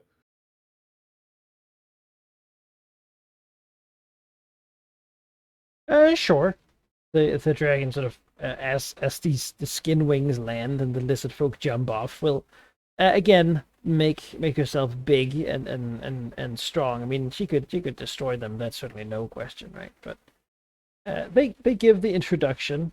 You can deliver your wealth to below. You're welcome to stay in one of the dragon rooms that are fit for your personage. Velignith can often be found sitting right over there, where he is at the moment. If you wish to talk to him, he is accommodating. Things like that. To which the dragon will listen, then nod and curtly ask for directions to one of these staying rooms, which it will then go to.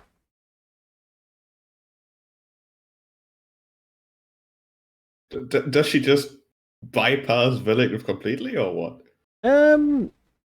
Seems somewhat intimidated by him. That's fair.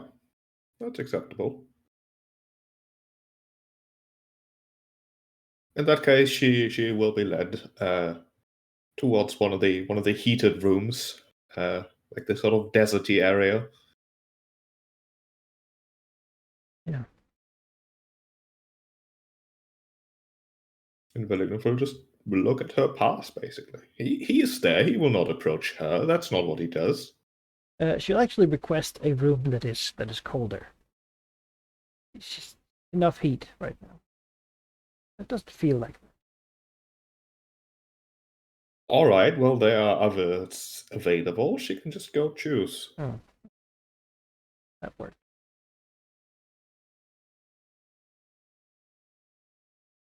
Yeah, well, she's gonna be here.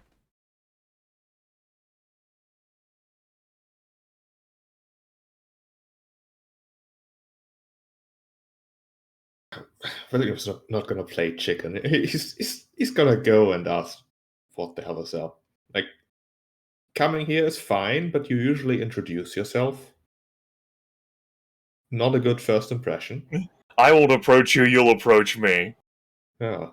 Barely like 3 minutes later. I will approach you. What the fuck? You I can't will do this approach to you me. to tell you that you should have approached me. Do you not understand dragon etiquette? I am the high priest of Tiamat. You do not treat me like this. How dare you reject the room I've made specifically to please myself and therefore should be good enough for you? What, a room that's colder? Are you like a silver dragon, Baka? I mean, Felix will not be rude verbally, but he's a bit upset at the treatment or lack thereof he's receiving. But he's going to be a gracious host. Right. So how does he approach? He'll probably just wait, long enough for her to get settled, perhaps 20 minutes or so. All right. And then he'll poke his head in. Sure. A bit of an enigmatic expression, although clearly not entirely pleased that he just got stood up in his entirety. She's laying, watching, facing the door, basically. She'll easily see anyone who enters, and so as Asmodee sticks his head in, there's an easy sight there as the red dragon, having just sort of laid down, stands up again.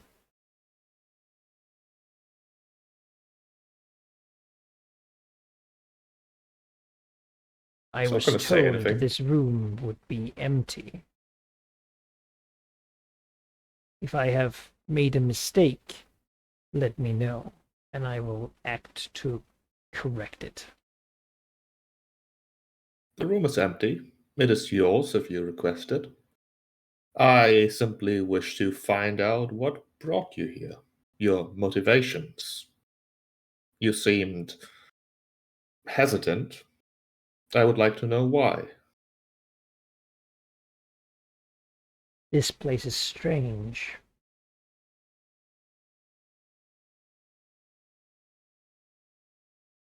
I do not like relying on others for safety.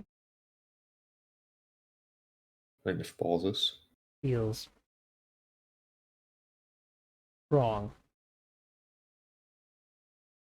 I understand the feeling. What is it you came here for? Are you fleeing something? You will not be the first. Yeah, she bristles slightly. She does not like admitting to any sort of a loss or something. There's definitely a bruised red dragon pride here, hurting very bad inside this dragon. Let's say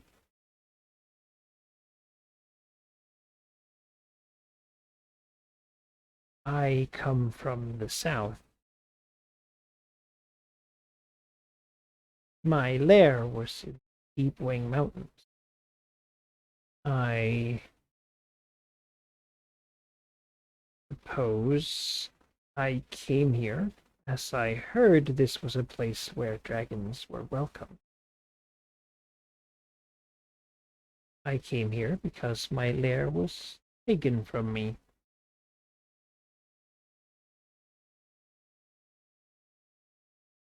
I see. I could I'm have. sure you fought well. There's a slight hesitation. Yes. To be perfectly honest, I did not. What I faced was something I thought I was prepared for, but I was not.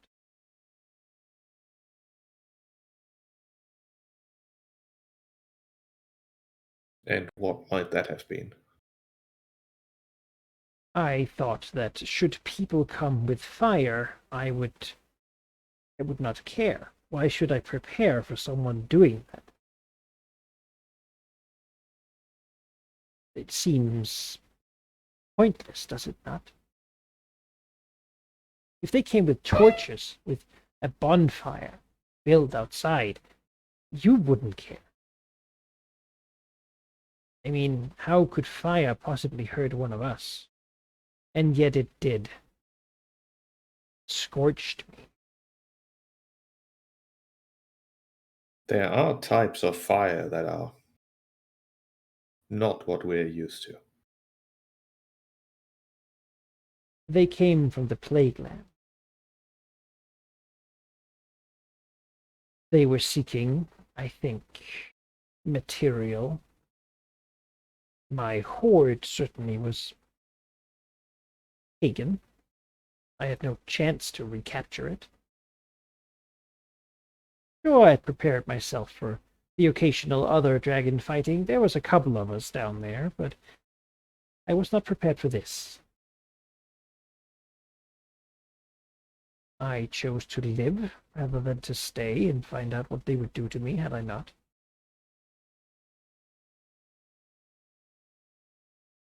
A wise decision, I would say.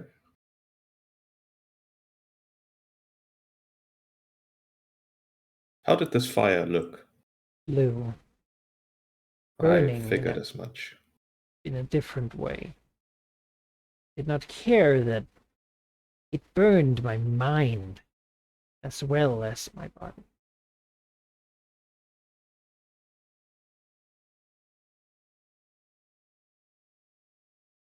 And these people, what do you know of them? So little. They've always been there. They are secretive sorts. They come and go at times to conduct rituals within the scorched plains. They come from further south, usually. There's not many of them, and they mostly keep themselves hidden. They look like any people, but they're different. They are strange people. Not what they seem. They are not edible.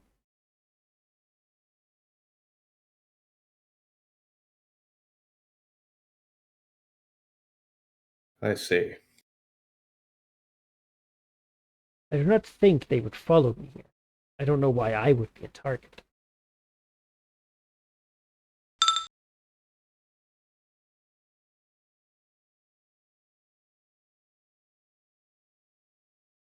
You're, of course, welcome to stay for as long as you need to collect yourself. Commune either with yourself or more if you so desire.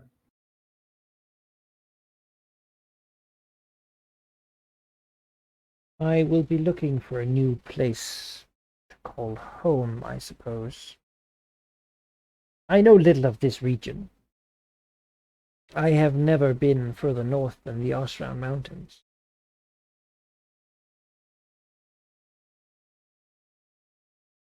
Suggest to avoid the eastern parts from here. Either you will find the Blue Dragon Englespark, who will most likely require you to enter his services, or you might encounter a certain green dragon who is. I won't talk about her. I would not go east.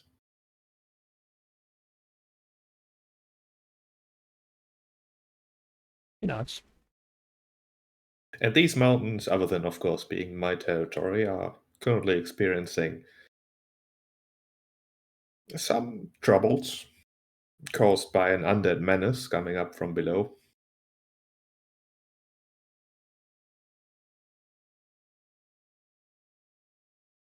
There may be valuable opportunities to the west. There's an area where islands float above, infused with elemental magics.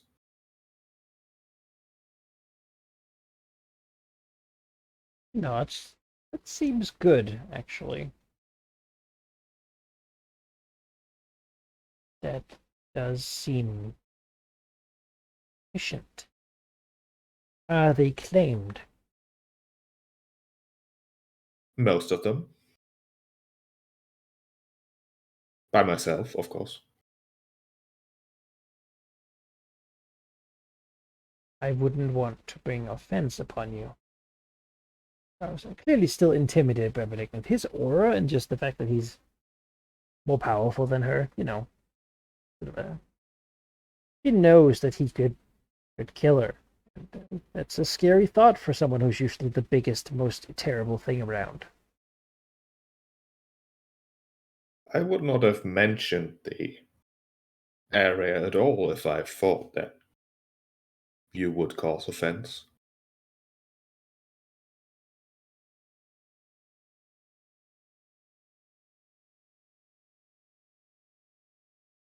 I do not know what I will do besides that.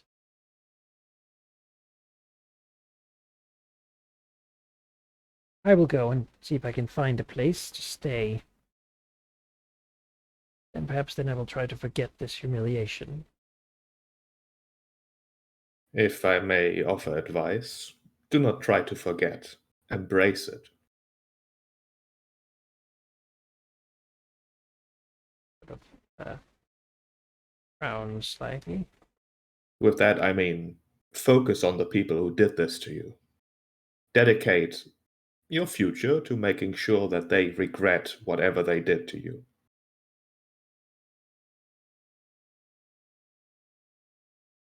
You might not have the ability right now, but you can wait. We can wait. Perhaps you will find a way, or perhaps it is their ancestors who have to suffer for their crimes. It would be hard for me to find them. Once their kind had scars visible. They would walk around with them proudly. But now they are different. They hide them with magic, keeping them secret. They wear masks when acting. They live double lives. And yet they are just people. Therefore, they will make mistakes. And you are much more than that. You can learn. You can learn things whatever you set your mind to. You have time. You have power. What else do you need? He nods. Yeah, I mean, it's clear that what he's saying doesn't fall on deaf ears, but At the same time, she feels absolutely humiliated by having to abandon her lair to flee someone burning her with fire. That does not seem dignified. And it's really embarrassing that he knows, and that someone else might, ever. And mostly it seems she wants to escape to some place with no people until such a time as whatever wound she has and is hiding is healed, and such a time where people might forget, Probably just Sure. shame.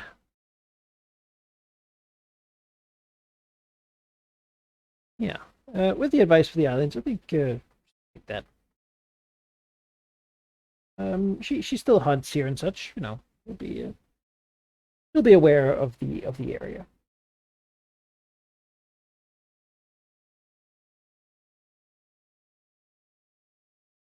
I never asked your name.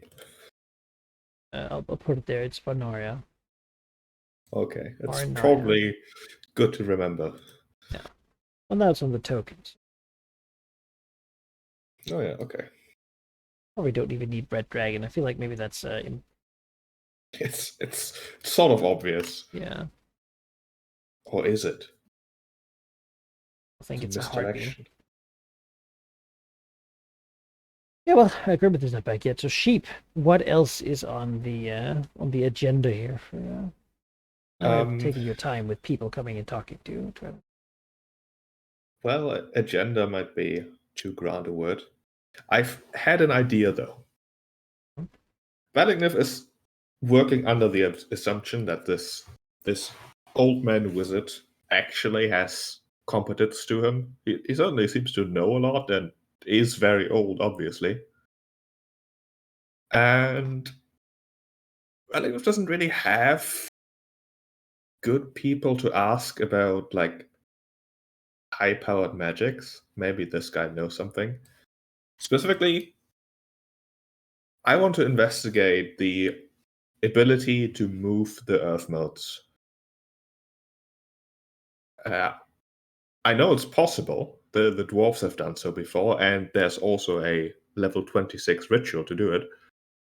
But I wouldn't even know where to begin to sort of research that. So I think we're looking for at least like to bring up that topic to see if he has any idea at all.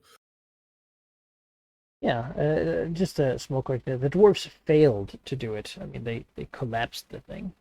Yeah, but they've sort of moved them they did a something. little bit. Yeah. Trying to chain it, sort of forcefully move it until it just ruptured. Yeah. When brought up and when sought out for such a conversation, the old man will be not surprised, but also fairly happy with the.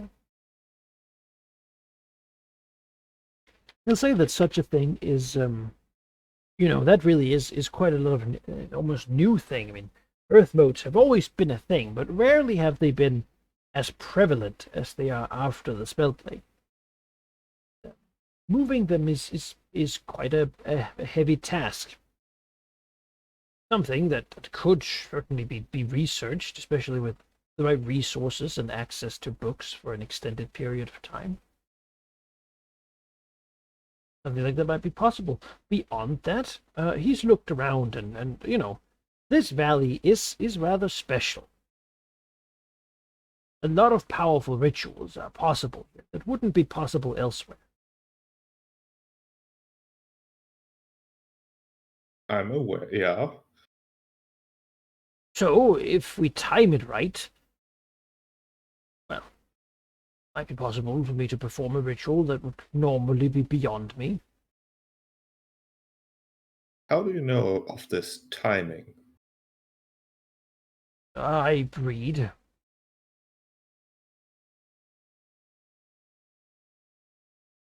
Don't think that's something you can read about. That is very specific knowledge about this valley. There's been observations made. I'm sure, I mean, you live here, I'm sure you've had wizards show up every now and then trying to build a tower in some convenient location. Yeah. They probably had pretty good ideas of what this was. You find something like that in an old book suggesting that some artifact or another was made in some random place in the middle of the giant Run Mountains, and, well, that raises questions when you investigate it and find out there is a hole through the plains to the far realm, allowing inspiration and knowledge to flow through. Well, that raises other questions, such as how could I harness this knowledge for my own good? I think that anyone would connect those dots. I'm no Yet you genius. supposedly, despite knowing that, you supposedly come here asking for the art history of Eldersalt. Not believe remembering the value of community. It's Menegai, is he bullshitting me? I mean, what he says is the truth, but definitely there's more to this guy than he's letting on, right? Yeah. Yeah. He doesn't seem to be super great at hiding it. He gets too enthusiastic, because he certainly knows this, and this is not what you'd call common knowledge. But he's telling you the truth. You hate liars, right? Like, he's not in Missouri Allegiance here lying to you. It's all honesty, right? He's skirting the line here. I mean, he hasn't lied. He's just leaving out very important details, I feel like. Which is different, admittedly. Yeah. I feel like he shared every important detail that was pertinent, yeah. So, Community. if we acquire the required ritual and then time the casting of it correctly, well, it should be possible to listen to the universe, so to speak, and to reach out and perform magics otherwise thought impossible. Then we could shift it, move it as desired, perform some other great. It's a good idea, but don't you think it's time to tell me what you're all about, old man?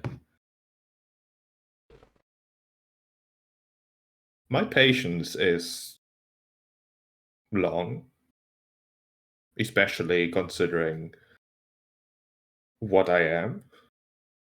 But I do appreciate, above most things, a certain degree of sincerity.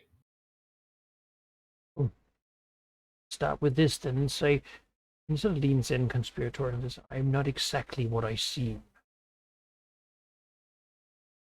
Continue. Well, just, I am what I seem. I am an old traveler. I know magic. I am a scholar interested in the community of Elversalt and other settlements. And I believe that unity and community is an important thing for everyone, really. That's something I'm seeing you foster here. As if maybe there would be a space for no who rambles a little too much, but I'd like to say I could at least hold the conversation going. People nowadays, they just yes and nod and shake their head. Questions. Sometimes those are important. Sometimes they say some questions are more interesting unanswered. Isn't that what questions are really all about? I don't think you. I don't think you've lied to me, old man. But Thanks, since that does not mean you've not been try not sincere.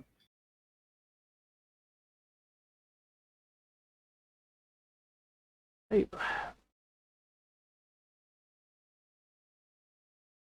Well, is what you see, is what you see not enough?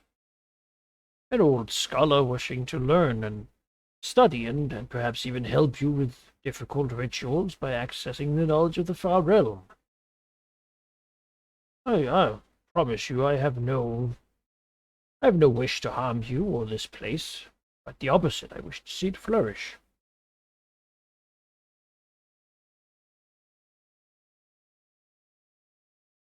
Yes, perhaps there is more. Perhaps to some people they would say some things are important. But I don't think so. I mean, if I was some sort of fey being, that would not really change, would it? It might not change much immediately. However, it would give me a better insight into your motivations, your drives, something that is very important to me. I understand that certain secrets are necessary sometimes. I certainly have my fair share of those. But you come to my home, you speak all these words of unity and community, and yet you won't even reveal what exactly you want or am or are even. You come into my home, you eat my apples. No.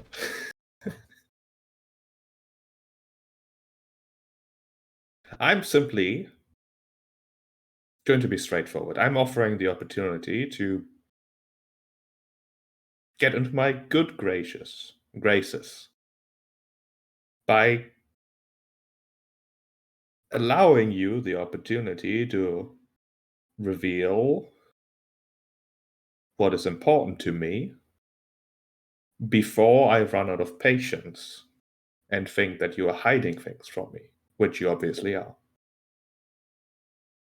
What is it that is so important? He's a little resigned. I don't know, which is why I want to know. Well, I see. I really do mean, in all sincerity, that I'm simply here to help you along. Old man has traveled too far and gone too far. I need a place to belong, somewhere with a place that needs an old soul who can organize a few books and, make things a little more welcoming. And I am, suppose, could, as I see, really, he's sort of working himself into it. He seems really rather agreeable to Malignant's request here. But could you give me a diplomacy check? You've been very diplomatic. All right. I'm thinking whether my try the stick actually applies. I think it does, because Velikov is sort of heavily suggesting that at some point I will not have patience anymore, old man. So I think it does. That Threaten is him that. with a stick. He's not really into it though, apparently. Yeah.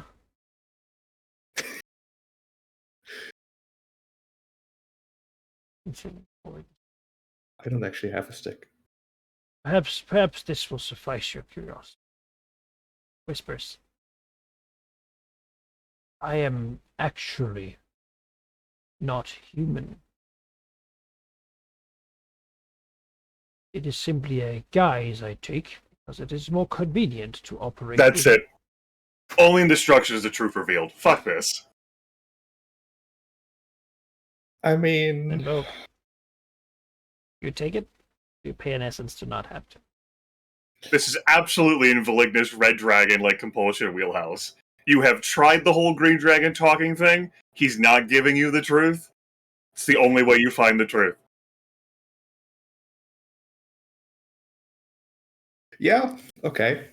I think what Valignov will do will he'll extend his claw, like not in a swiping motion or anything, just sort of to touch the old man, and then Valignev's gonna just toss him. Fling him. Yeah, just fling him, see what happens. All right. Well, you've done it with goats before. Let's see an athletics check. What is the purpose here? Is it wall? Is it down the hall? Like, what's the? Just sort of a distance. All right. Your new red dragon Oh, visitor. boy. Here's some. It's like- Okay.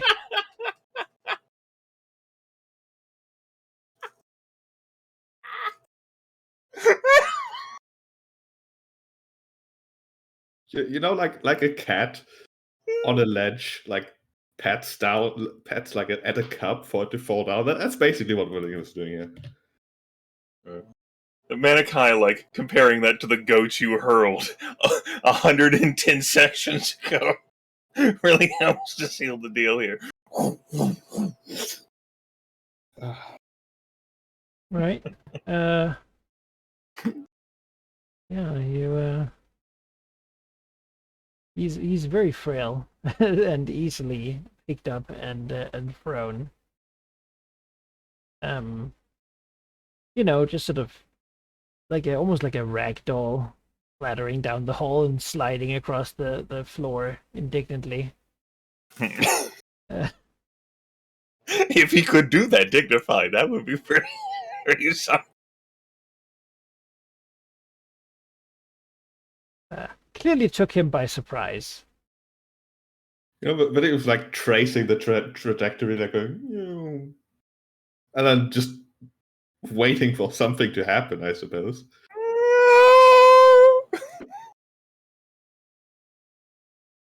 Someone steps over him as they walk. So then that's malignant throwing an old man. I mean, what are you gonna do? That's Tuesday, right? That's tell what you what. happens. Yeah. The dragon fane is built to be quite large, which is lucky though. Is the old man sort of laying sprawled on the ground here, sort of letting out some wiggling around, trying to find the walking stick that is quite a distance away from him. Begins to expand. Because surprisingly, he is not exactly what he seems. As in his place, laying there, glistening in the torchlight, will be a fairly large creature. Old, certainly by all accounts, and sort of flailing for a moment on its back before turning around and sort of making to stand up. This version of its body much less frail than the other one. Though it certainly still seems to have the crudgety sort of old man effects. Maybe it spent a little too long in human form and has begun adopting some of the mannerisms. The creature is a large brass dragon, colored in the color of a metallic dragon. Not something in Villikens met Verminthier, but he met the gold dragon. I don't know that he has. So this might be the second. Well, he is a cobble dragon. Yeah, all right. He's seen a couple. Yeah, but basically, Villikens' expression is like one of and shakes its big old head. Oh, I suppose the jig is up. It is true. I am a dragon too.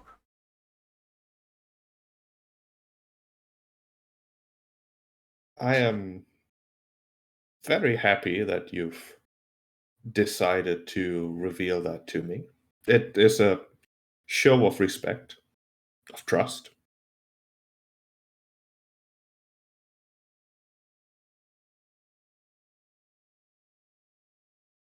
Well, then I suppose it is good that I chose to do so.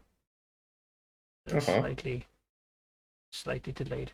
In truth, I have not been like this for a long time.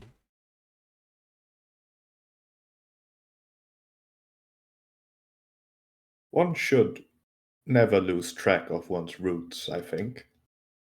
Looks at his giant claws. It's just so difficult to hold a book.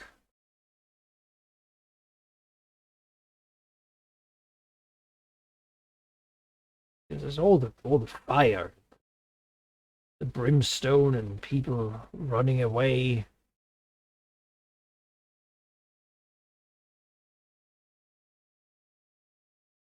You know, he's a little deflated by this whole affair. His big secret coming out, being sort of thrown about. You know, sort of does the dragon version of dusting himself off.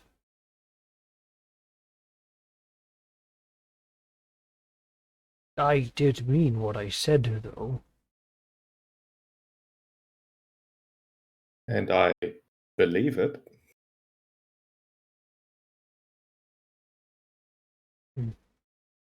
Good. Then I suppose might as well return. He sort of moves his claw to put a single claw on the little walking stick and sort of itch it closer to himself. Put it next to him.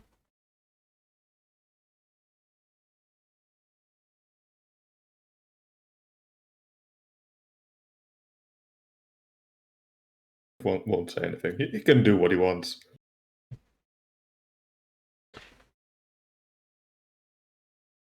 My name is Ganesha.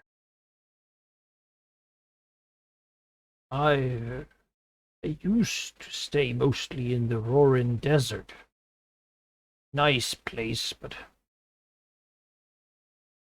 think I was the only dragon there. Very big place. A lot of sand.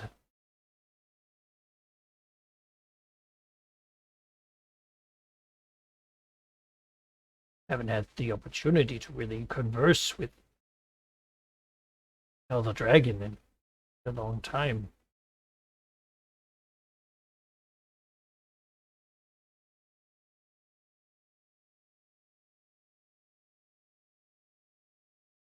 If you stay, there will be plenty. I was hoping to. You have plenty of books here, and it's conveniently located for talking to people who pass through the Dragon Coast.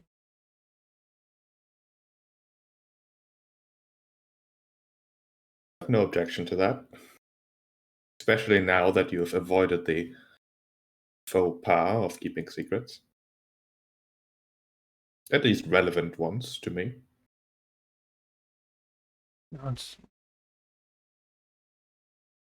Yes, of course. If there's anything you need me for, I can lift a stone or something. I suppose I would be happy to help.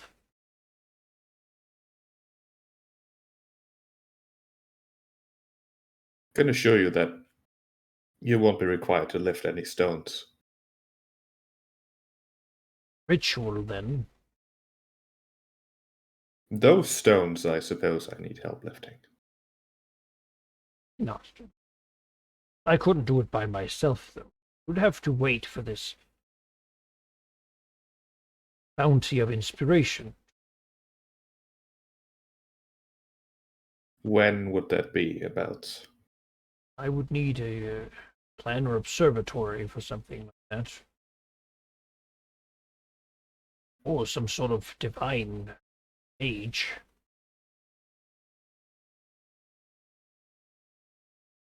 There may be an observatory that I can organize. Be lovely.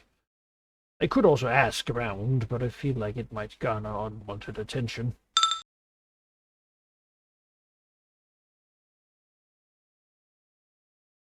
Yeah, this place has gotten too much attention as it is.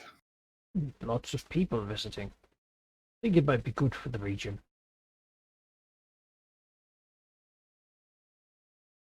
Adventurous and such.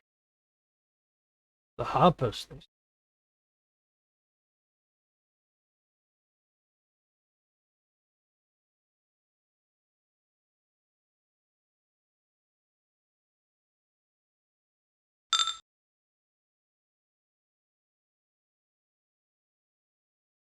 Well,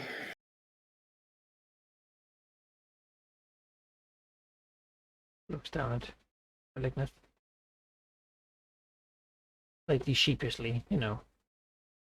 I'm sorry, Malignant, if I offended you in some way. I can assure you, you did not. Although I am somewhat. No, I shouldn't be disappointed, I suppose. I can see where the hesitancy came from. Disappointed.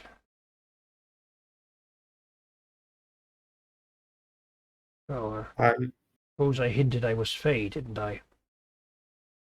That would have been more of a problem. I have a certain history with those sorts of beings. And it was not an entirely happy one.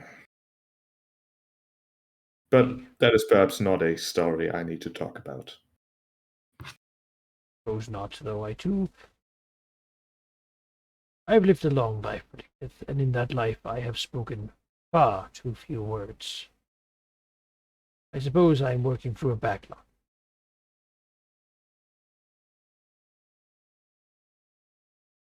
I'm sure you'll find people to listen to you. Hope so.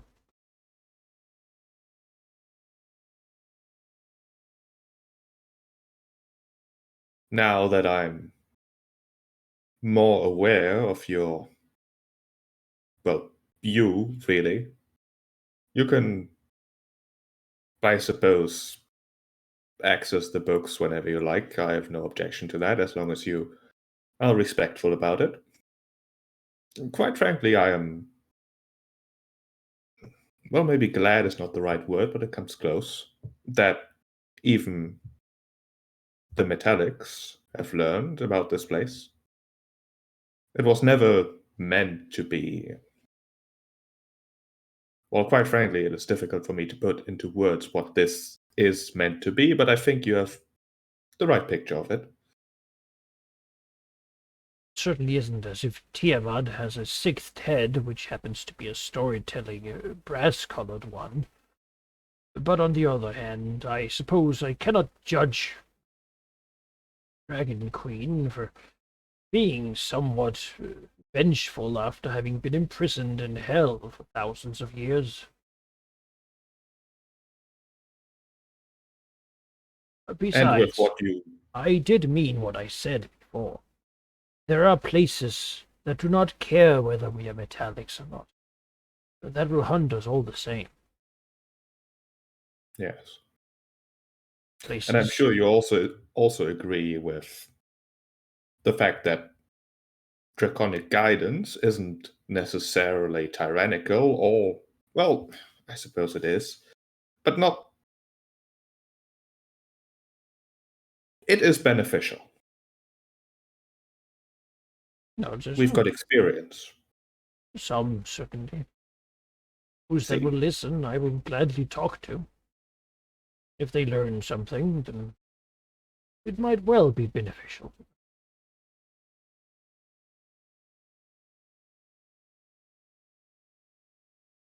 I have lived a long life. I've seen many things. I remember isolating myself in my youth because I knew if I was around others, I would be a danger to them. I had a long time to contemplate. And, well, instead of seems a little bit guilty. What happened a century ago, fire in the sky, for many people it was a terrible disaster. Our kind, those it was a blessing. Many of us older dragons still remember the danger. It is hard to change your view that we can speak, can meet, we can be around each other. We have not been able to for 1,000 years before. Dragon Rage, it's gone. It has changed everything. We can. This is a possibility. cooperation to some degree. Just getting to know each other. I think that is worth pursuing.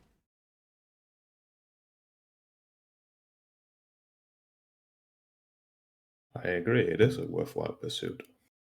We can accomplish much if we work together. You know, it's something I would like to see. There's sort of an implied before I go, though. Being a dragon, that's not really how that works.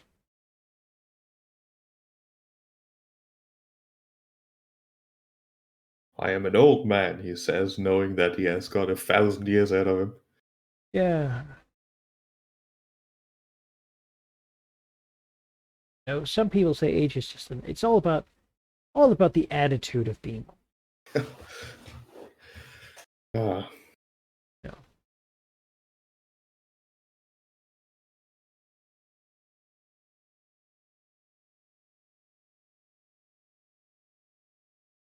Yeah, I think I wasn't entirely sure how to continue a conversation here. Just go thinking to himself, huh, all right, a very old brass dragon.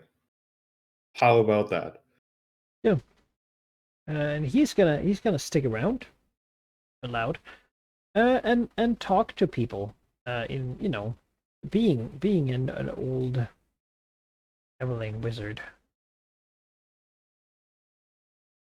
You know who you should talk to? Talk to Carrix. Of course. Yeah, sure. I'll go find him right away. Yeah. Just see what he is all about, right? Yeah.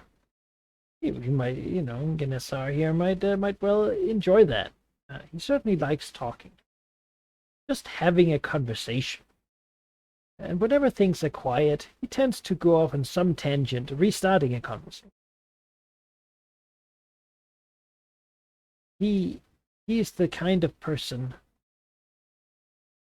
who enters the bus and then looks around, not for an empty seat, but one next to someone he could possibly talk to. Oh.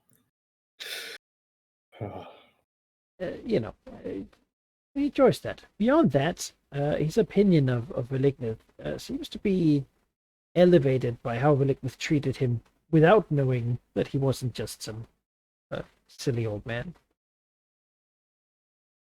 And he certainly seems to want to stick around.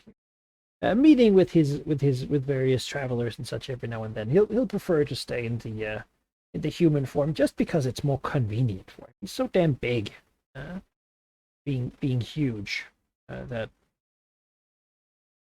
I mean, Just- if there ever has been a place that is accommodating to a very large dragon, it is the Dragonfang. Oh yeah, it's true. But when mostly you talk to humans who are medium-sized, it just Yeah, okay, you sort of sure. gotta be on the same head height and whatnot. Beyond that, though, he does take whatever chance he can to talk to other dragons. Just curious about them. I'm sure if Missouri visits, or maybe even Basigatrix at some point, we'll see how they react to the old man talking to him about whatever.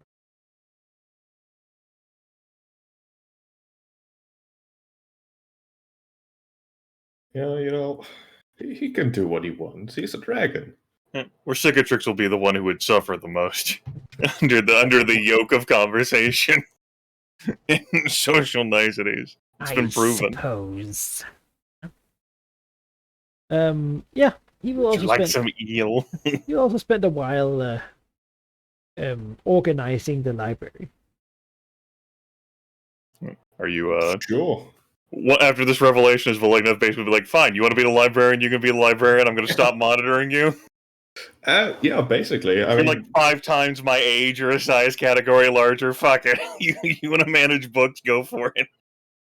I mean, as far as the Valignav can tell, other than keeping his actual self secret, he has been sincere, and it's sort of what Valignav has been hoping for would eventually happen. That even the Metallics were like, "Hey, you're not entirely doing atrocities here. You're actually doing certain things we can agree with.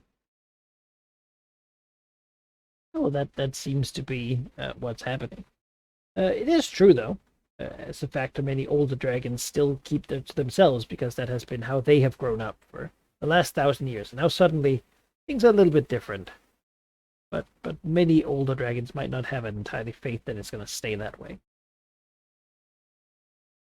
Surely someone else is going to set up this ritual again to make all dragons kill each other. Right? I mean, there has been a genuine attempt at that. Sort of. However, the elves did it back then. Yeah. Grand wizardry. 10th level spells, whatever. 40th level rituals. Yeah. Yeah, and indeed, if we look at it mechanically with regards to this Eldritch Inspiration, what that does is it gives you a if you use it basically during a ritual, extended cast of a ritual, it will increase the ability you can of your casting by a tier, and give you a +10 to whatever check you do for the ritual cast.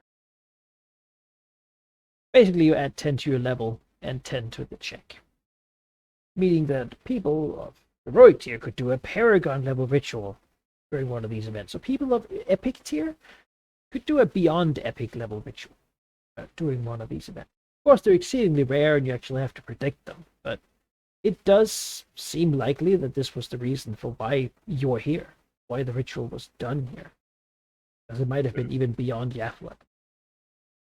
The Azer was waiting for the sign to create the gear that you still use to this day.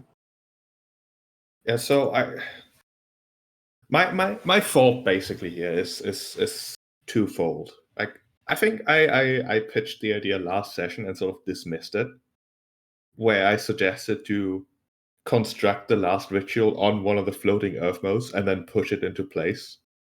But the more I think about it, if the timing works out, which I don't actually think it will, but who knows, that would come completely out of the left field for him, for the Death King, that is. He might be like, okay, finishing the second to last ritual is bad. I will oppose that. But the last ritual, obviously, he will do everything he can in his power to oppose. And if you make the last ritual site like not directly tethered to the ground, but instead like a floating island, like reach this motherfucker with your flying zombie like eagles. I mean, ideally, he won't even catch wind of us doing the ritual because we'll do it in a place where it's irrelevant because it's out of place. And then once it's done, we just put it in the right spot. I don't know enough about how like the ritual works to know whether like that's a. I don't know either. I don't know magic personally. Well, I mean, out of game, like I don't know, like from like a planning perspective, whether you can do the ritual there and then snick the earth mode into place. I mean, I'm imagining that the rituals are like a magic circle, right? Where it's a lot about how the symbols are arranged. Right. So it would be as if like you were carving like a circle of protection or power on like a bunch of like tablets, and then like snicking like the tablets into place to form the circle. Yeah, I suppose. Okay, I could visualize that then. Yeah. So, yeah, to give you, if that's worthwhile, it's not something I considered before, but the part of the mountains that did explode were part of the mountains, and if a piece of it was to be moved and like I don't know, crash landed into the mountain range, it would once again be part of the Giants Run Mountains, which would support the idea that it might be a workable way to do it.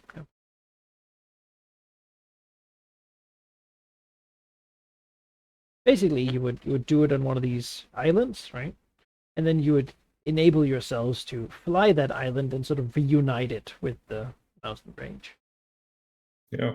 Allegedly, it stops floating once you get out from over the area here, but that's okay. Gotta stick there.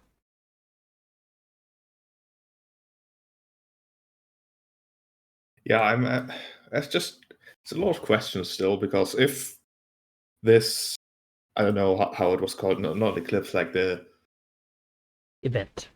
the event, yeah, the thing that happens is like in 15 years when we're all like, well, ideally we won't be in the lethargy, but if it's just too far in the future, then it won't work. If it's too, like, if it's tomorrow, then I won't have the time to set it up. So I don't know how that will work. And for this to actually be like as impactful as I think it should be, it would have to be the last ritual. Because if we plug this one into place without him being able to defend, well, we still have to do one more at least, and then he's just going to come himself and bring everything. And then we don't really have a super great chance at actually winning that fight. Well, you might remember the Azer back then stating that it was a nearly a like it never happened with like any exact like period, right? You couldn't just know and then keep knowing. But there was around 100 years between them. His ritual succeeded during one of the long sleeps that happened during our ascent to Paragon tier. I can tell you that's more than 70 years ago. So it's ballpark, you know. It's ballpark, okay. In the right sort of region. Leave it, of course, to Eldritch signs to not be perfectly on your schedule, but instead on their own non-Euclidean schedule. Well, yeah. It would have to be determined, right? And then that. The thing is, I have copper piping, and I know how to plug it together to do a thing, I think. Reassembled. It's a good thing we have a community established here who recognizes the faults and pipes. So, like, this thing could happen. It could happen during the lethargy that's going to hit when Yaffel's current form dies and the dragons are still recovering. It could appear shortly thereafter. And so when it does, if we're still in this conflict with the Undead Stone Giant, you'd get one shot. And then... As the other consideration, where if Veligna follows through with his plan and is like, hey, you old man brass dragon whose name I immediately forgot, you can help me and this the dragon fang going forward, but you need to do this ritual. I can't. He sort of needs to be involved in the ritual because he offered he would be useful, but then I can't suck him dry because then he couldn't do it. But I need to. So there's a lot of timing that has to be right. Yeah, sticking to Veligna's principles is continuing to lead the paladin here in a downward spiral of how do I live?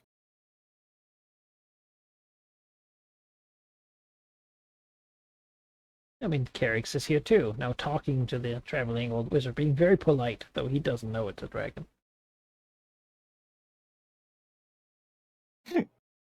You know, perhaps, Carrix, perhaps you can help me understand, old man. What is this about Tiamat? Explain to me. How does one Tiamat? You know, I know it won't happen, but part of me is sort of hoping that Carrix just tries to eat the old man, and then I have a reason to get rid of him, so I don't have to have this inevitable confrontation with Valnarix because he expects to get what confrontation? You're epic tier. Valnarix isn't epic tier. Why does there even need to be an interaction about that? You may never even have to see Valnarix again for the rest of your life. Yeah. Fuck, you could even just derail the thing and say, oh, Valnarix was plotting against you, Severius, and tried to bribe me with your horde to, like, defeat Carrix or, like, sabotage him in some form or fashion. No, I mean, No, it doesn't have to be complicated. Fuck Valnerix. Or maybe Carrick's was running the long con on you. The really crafty long con of what would appeal to Valignith. uh, Valnerix is trying to... I didn't realize that the worst thing that could happen would be that Severus's chosen heir is actually reasonable. Per Valignith standards. What if the selection was someone that Valignith found reasonable? No, this derails my plans.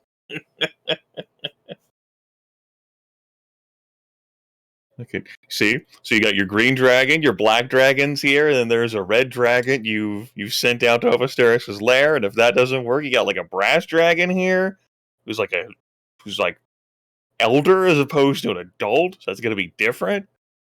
You think you are enjoying conversations now, buddy. You just wait.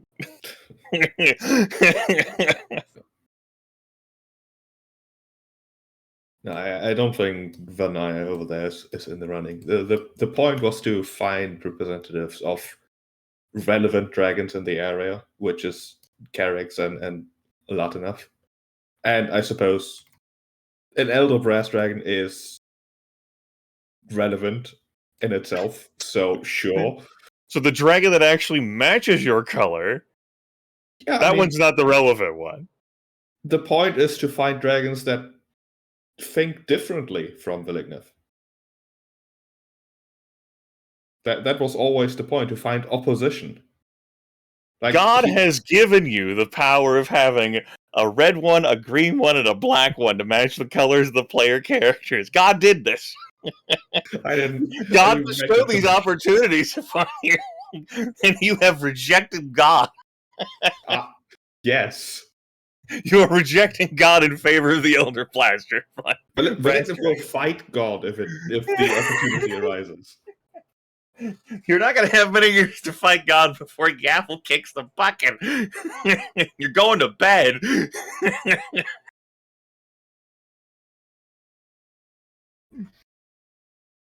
We'll see how much that Elder Brass Dragon likes you, and you can't even hold a conversation.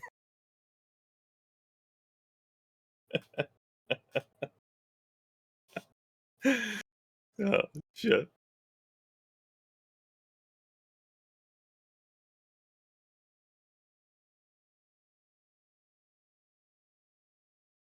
Yeah, I mean, all's in your court, guys. If you have anything you want to accomplish, or any conversations between the characters or anyone else, do those. Valignith has had enough of conversations with them for a while. You don't want to talk to him. Yeah. I mean, it was fruitful, and the old man, he's respectful, he's powerful, he's useful. That crosses like everything that Valignith has on his how to be respective by Valignith list. But it's still exhausting. Like, this is exactly the thing that Valignith wants to get away from. He wants other people to do the talking so he can do, the bulldozing. Oh, he has someone who can do talking. Yeah. Your personal emissary.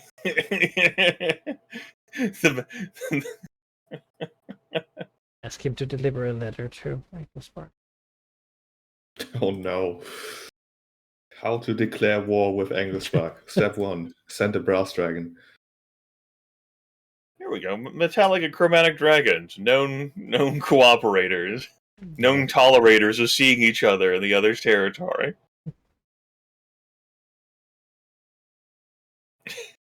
So let me get this straight. He takes my vassal, and then as a messenger, he sends this.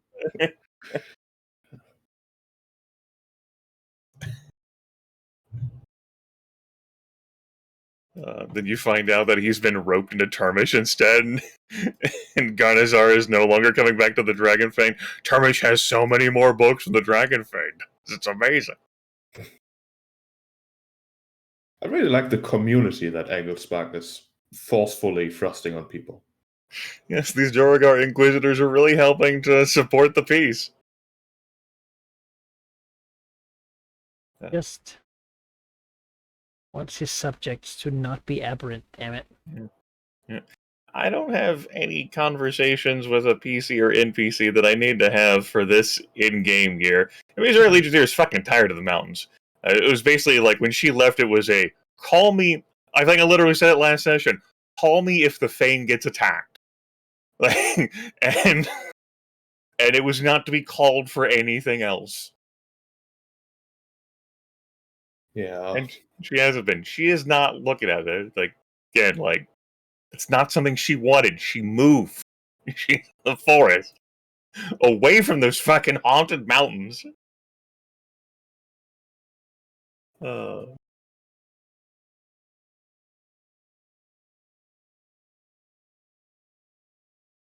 And it's not like I'm going to go personally go down and visit the Duragar Empire again. This year. Or we did that last year.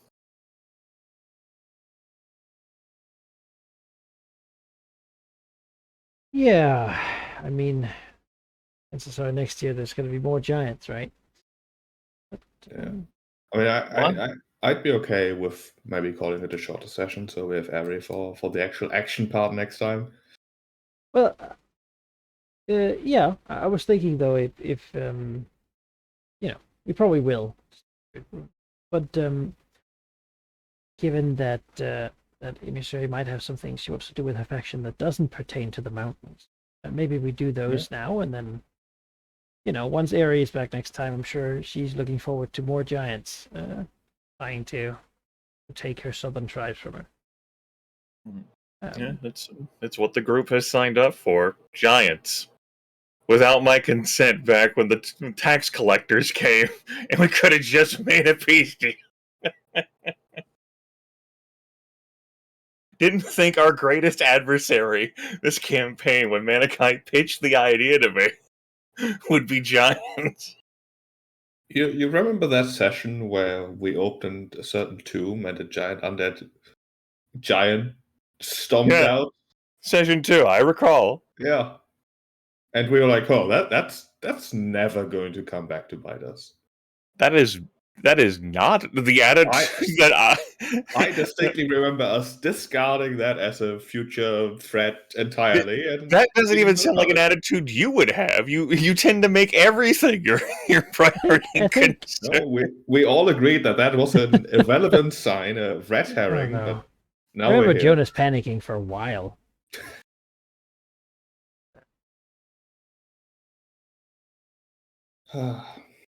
It's a loose end. It's a thread. It's just gonna come back. Probably a fucking wizard. I mean, that's not wrong. Except it's like a lich stone giant wizard person, which is arguably worse. No, not the thing in the tomb you opened. No, but the person responsible for everything. No, the person responsible for it was you. You opened that. You opened the box. Yeah, but who was the reason it existed in the first place? Whoever got buried there should have stayed alive. Making it your life mission to destroy everything the Giants here built. And part of everything the Giants here built was keeping the undead stone giant down there. Jonas would have learned that and should have stopped. It's true. He paused. Yeah, he'll get back to it someday. It's a temporary. It's like a timeout. Yeah, it's like, okay, there's new information I need to act on first. But once the Death King is completely destroyed, then, free game again. Then we're collapsing these mountains into the Underdark where he lived. It's happening. In the in-campaign write-up, if we win, that's what's happening. And then Valignov collapsed the mountains into the Underdark. Yeah, it's an extension of the Underchasm, reaching all the way through Termish, all the way up here. Narrowly avoiding the Gulfmere and then just consuming all of this. So this might seem like a tangent, but have either of you watched the Avengers Age of Ultron? Yes. I have not. You have not. Okay. One of the plot points could be very relevant because, moving Earth modes with a ritual is one thing, but what if you could apply that to a non-Earth mode, like a mountain? Move it up like a few hundred meters, and then just drop it. Sheep, there is a ritual called Raise Land. Just for that. Oh, yeah. You 30. cut the tip off a mountain and make a floating city. It's the Netherese love to do. That's why their mountains are flat topped. Level 30 So ritual. if I get an Arcana check of 41 or higher, it's a 10-mile radius. Yeah. You pick one of the hexes of this map sheet, and you just take it someplace else. Unfortunately, your special Eldritch Happy Fun Time is too far away for me to use that on the entirety of the Golfandor region. Flying massive forest of hundreds of miles of wilderness. Reach me now, motherfuckers! I yell at the We're gonna go sea land of on the moon. Which one? It doesn't matter. Gonna make my own moon.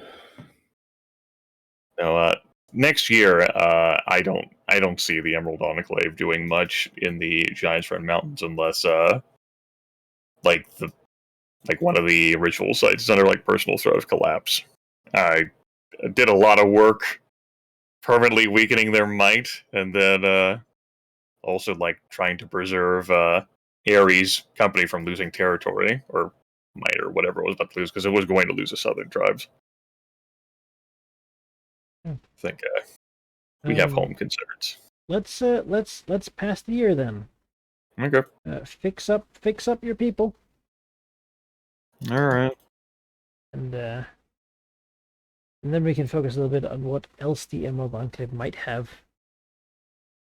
If you have ideas for what you want.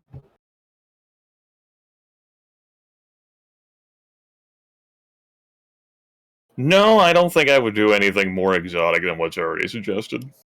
We're not looking to do anything bizarre here. We just need like a simple fix. Mm-hmm. As, relatively simple. For this conglomeration of druids with their powerful nature magic to resolve, which I think is in our wheelhouse for what we're capable of doing. Yes. Nature magic is somewhat what they're good at accomplishing. During the dam project, mm-hmm. Is that even like a role, or is it just going to be time? It does feel like it's just a thing that they can do, right? What I would probably do with is I'd probably just say that until it is done, just like take a -1 to territory or like a temporary, basically for resources being tied up, given that land is being flooded and things are moving around. I could see like it being territory as like, this shift does somewhat make it more difficult to utilize and or treasure for basically the same reason. Like some resources are tied up working on this year, and then that'll be done. So basically, I suppose it's like doing a role that you're guaranteed to succeed. Yeah, I'll go ahead and cut territory. That makes the most sense to me. Mm-hmm. It's basically like drain of the resources there. As this like central like divider between the west and the eastern parts of the Golfandor region is now in flux. Yeah, things are happening there. It's a project, but yeah. As a reminder of the campaign map question, which I suppose is less over here and more like over here, this water dried up and doesn't reach Naflek anymore, right? So if anyone like traveled through like here, they wouldn't be able to get to Naflek. It would basically just they would get to this and then down this way. Naflek has dug some like channel works to get closer to the city, but canal things, but that's not going to be like traversable. You couldn't from the lake get directly. Yeah, I guess if any aberrant entity wants to travel to the scene of the crime, all the way down there in the flooded forest, they're more than welcome to. Yeah. I would permit that. Well, I mean, it's safe to say that that you have gathered here a point of defense that the aboleths can't really miss. Like you've killed some of their powerful entities. You've gathered some people that they thought they could exterminate. It's clear that you're resisting them, right? So it's only natural to expect that they would be anticipating what your next move is. Yeah. They're I will aberrant point- and alien and whatnot. Hey, now they're doing this shit to people that aren't even capable of fighting them effectively. Look at poor Turbish over there. Oh yeah, I mean, one place is a recruitment ground, the other is a place you're concerned about. That's good. I'm glad I'm on the concern list of the farm realm. That fills me with. Well, I can tell When- you, once you're immune to dazing and dominating, that's like half of what they do. So, When the Eldritch abominations themselves, like one of the fucking old gods, like Yog-Sothoth is like, I'm worried about this person right here. That's when you know you've made it. yeah. This mind blank person. How do I mean, is that even fair? Can they do that? Yeah. It's like I dunk the dragon in slime. What happens? Nothing? What do you mean nothing? He just doesn't care. Works it off. Like if Beligna's main enemy was like the Shadow Thieves of Amn or something, right? It's like we How do will we- assassinate. Oh, How do we get it? All right, we've I got do him a D4 surrounded. plus Dead 4 to rights. damage, except I do like 10 sneak attack die. Great. Entirely You can be- unhelpful. You could be helpless. Like, I could knock you unconscious, and I would only get the -5 to your defenses because you're helpless. Not the -2, because I have combat advantage. Because I can't get combat advantage.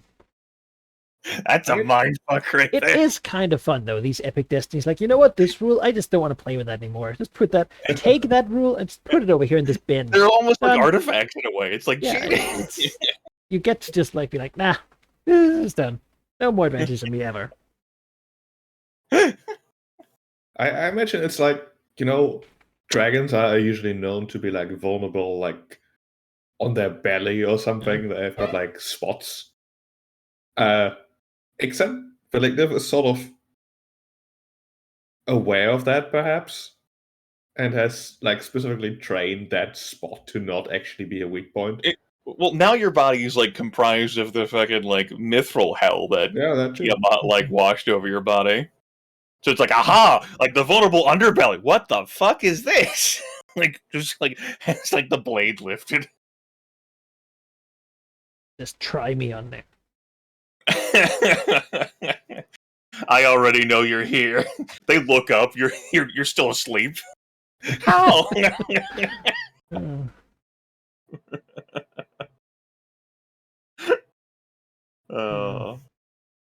I guess something I will do though, because it doesn't directly pertain to what's happening in the mountains. I'll go ahead and roll Might and Sovereignty now.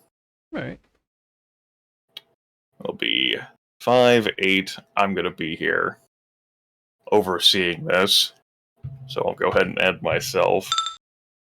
This year, it's double 7s, double 4s. 7 double 4. It's always good when you have those two pairs. It makes it so much harder to hide anything from.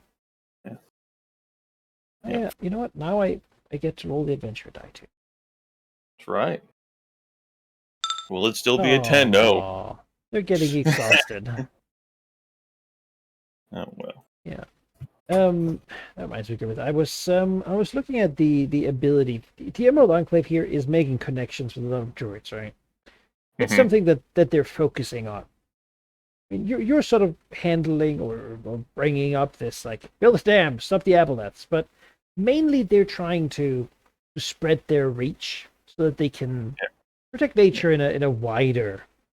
That's something I tried to theme and flavor when on the Epic Destiny session, like Yeah. the whole meaning of like going out and spreading the word. In the same way as the Dragon Fane is like its message is spreading, right? More dragons are showing up. At some point, I debated because, of course, there are smaller dragons around, right? And there might come a time where we see them just sort of passively visit and leave. as something that happens, at particular times that they feel are important to Tiamat, or that when they need advice or something. Even without naming them or spending really a lot of time on them, just in the background, so things actually come up and working. And those things are, I mean, that seems like what the Dragonfang was meant to do. Similarly, the Emerald Enclave is trying to become what it is, to some degree you might say destined to become, or at least it's, without your interference, what they would be aiming for. Yeah. Which does somewhat transform the organization, and I was looking at at how that could be represented as an asset. Both of those things. Okay. Having the ability to, when necessary for the Dragonfang, call on favors from dragons around here, like just in the wider region, that seems pretty significant. As does the ability of the Emerald Enclave to call on, I mean, really distant resources of help, right? The Emerald Enclave, we know, is sort of an adventurer organization that sponsors people to go do things in various places. They're allying up with others of that kind. And I'm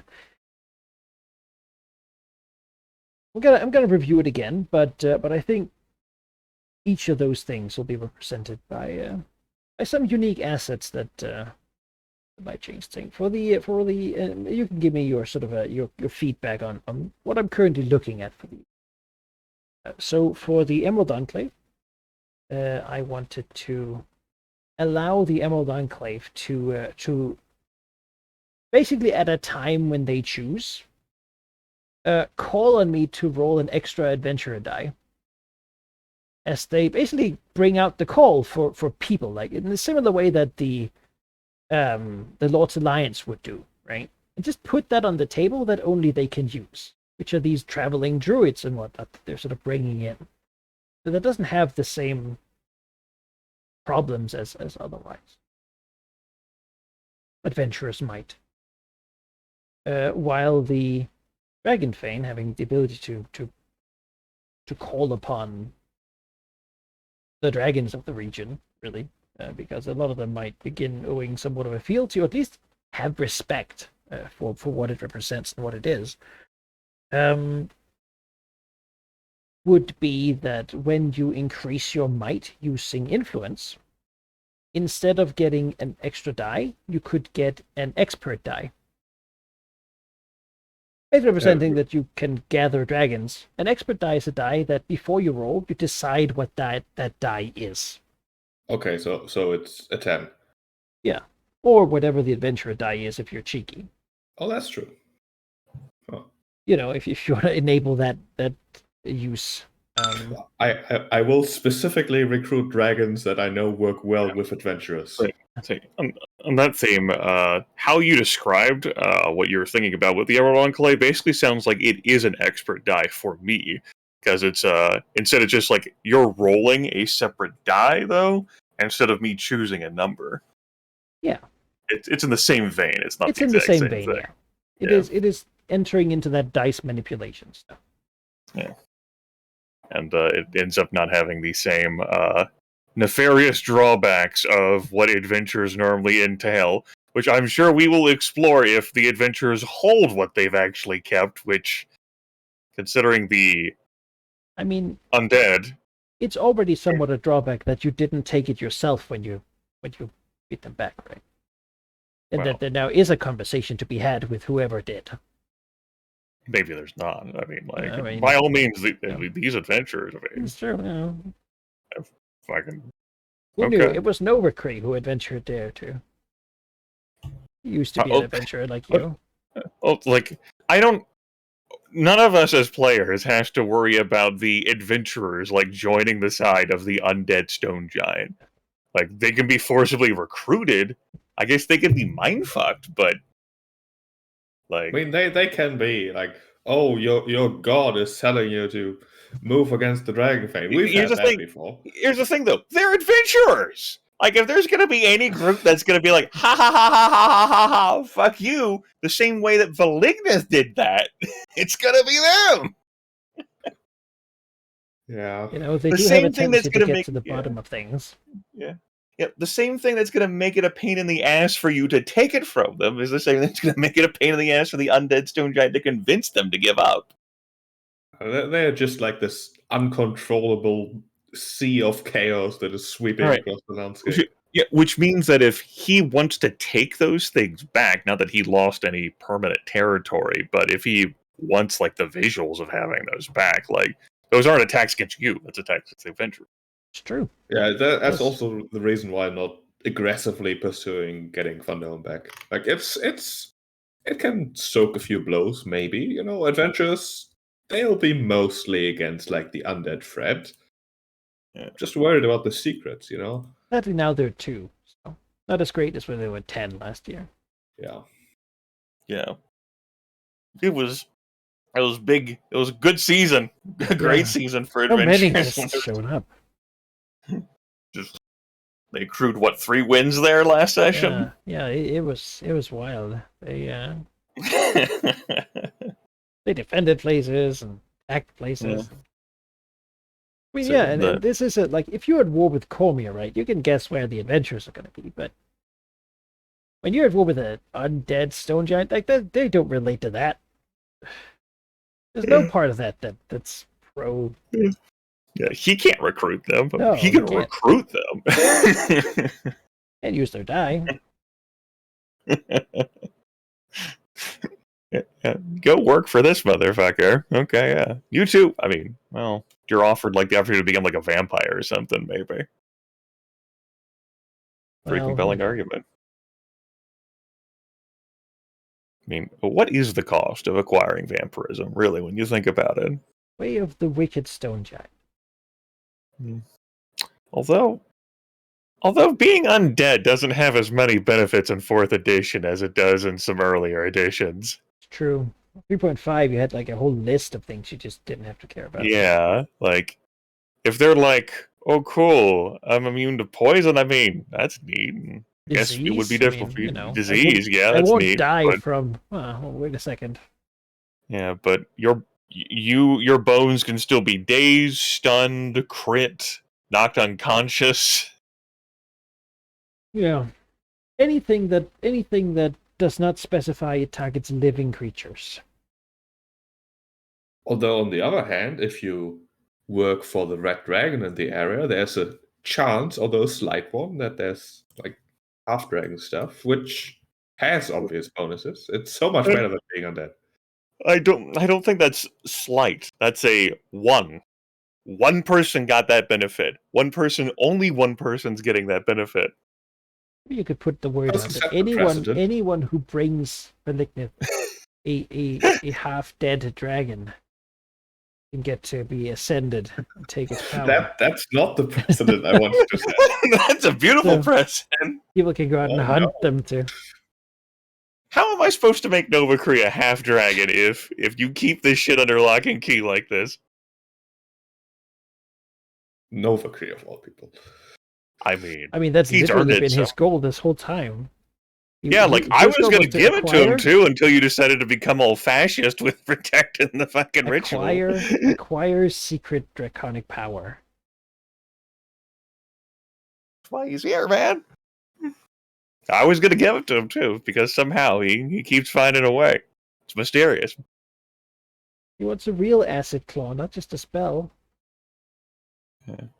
And you won't give it to him. You're all that's standing in Nova Cree's way of more power. Just, It's not wrong. this ritual having the effect of the Book of the Dragon, which usually you begin to look at dragon like they're like turkey legs at a Ren fair. It's just That's exactly why I'm keeping this. looking stupid at me. I mean, I could have one. I mean, why shouldn't Eating I? dragons is the natural thing for dragons to do. I will not have you slander my methods of consumption. Sure, dragons doing it to other dragons. Like, I'm not opposing cannibalism. That's fine and natural, but Think that you shouldn't. there's a difference. No, there's not. We're not eating their souls. They still go to the afterlife. We're just eating their bodies in a different way. It's like a kale smoothie, but Yeah, it's like a mama bird digesting it and regurgitating it for me. That's what Yankee is, the mama bird. Regurgitate the dragon into my body, please. Don't imagine it like eating souls. Imagine it like squeezing baby birds. It's I mean, it's literally not eating souls. Malachi explicitly said that. Yankee actually, we're not Yeah. taking the soul. It's too questionable for me. What's the question? We're not harming their afterlife. If you're a dragon, you're supposed to get strong through normal means, not by eating other dragons. We're not normal dragons. We are. It's just No, we're not. In no way, shape, or form, we're not. You cannot make a straw man arguing we are. We have an entire bullshit class denoting our true dragon, which is weaker than regular dragon. We are weaker because of the lethargy, which is exactly why Valignif allowed the ritual to be used to combat it. That was borderline okay, but going further than that and saying that it is the future for all dragons to gain more power is just not. I'll note that he's allowed that to occur for one dragon. Yeah, planning for 2 more. It's gotta have the right procedure, everything. Bureaucracy is gonna be what downs 2 of the dragons when the apple dies. Into dragon bureaucracy. It's not bureaucracy. It's just making the context acceptable. All right. This gives a literal definition to draconian rules. Yeah. Like last time. You'll know when it happened because I basically will tell you at some point. You can take no more long rests until the end of. Yeah. That's what happened the other times. Like, this is the year. So there is usually like a year of, finishing your your affairs and then securing a place to sleep. Yeah. And we got informed the year that we started the throwdown, which is now 2 years ago, that the ritual has primed itself and it's ready. It shifted. Yaffel's current form is going to die. Yeah. He's been alive for decades. You know what I'm looking forward to? A brass dragon essence on Valignif. That and the green one, right? And the green one. He now wants to talk and tell stories and love social interaction as well as come to peaceful means of. If Varnaya is not going to be part of your permanent triumvirate here, then eat her. Eat her. No, I've set rules.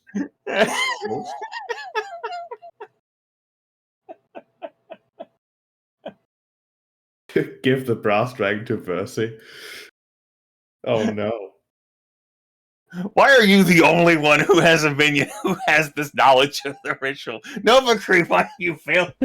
Go learn. Novacree doesn't have access to the Book of the Dragon.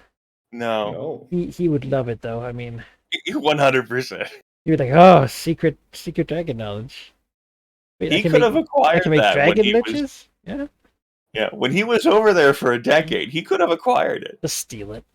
I don't think Yinkin lets it out of her sight. Find a moment of weakness. He make her have an accident. She's human. Was at the time. Yeah, Emmy should totally have that book stolen and then later graciously return it as some sort of No. That's not something that she would tell Novacree to do. So Novacree should just do because it's Novacree. That's how Novacree living his best life. MES as a boss. Suddenly she's just mad at you because you didn't do something she didn't tell you to do, but that she thinks you should have done in the past. I mean, dragons, how did you right? not anticipate my needs now? Exactly. That's why we can't have nice things. Speaking of nice things, Kernheim, woo! Fully healed. Well, not fully. Well, I That's the suppose might. it can never be fully healed. Yeah, it is hard to upgrade those things because you can't take it from anyone. Who are they gonna join with who also has their amount of might, right? I didn't mean the might, I meant the sovereignty. Oh yeah, well they gotta destroy ritual sites for that. Yeah. The might thing, I mean. That's their new number now. Yeah. It's the new norm. That's how it works. Yeah, just like one territory is my new norm. They're gonna need like another 1,000 years to beat up enough bodies to. Well, there is no more hierarchy, so no more giants are burying themselves here. You know. Vercingetorix is incredibly hostile now about the idea of people burying the bodies here. Respectfully. I will solve it all. I mean, to be fair, they would have solved a lot, but I think the lizard folk have always been onto something. Just eat the dead people. Then they can't be a problem in the future. and gain their power. Yeah. We should make that mandatory for everyone. Yes, we should. You can start with the dragon.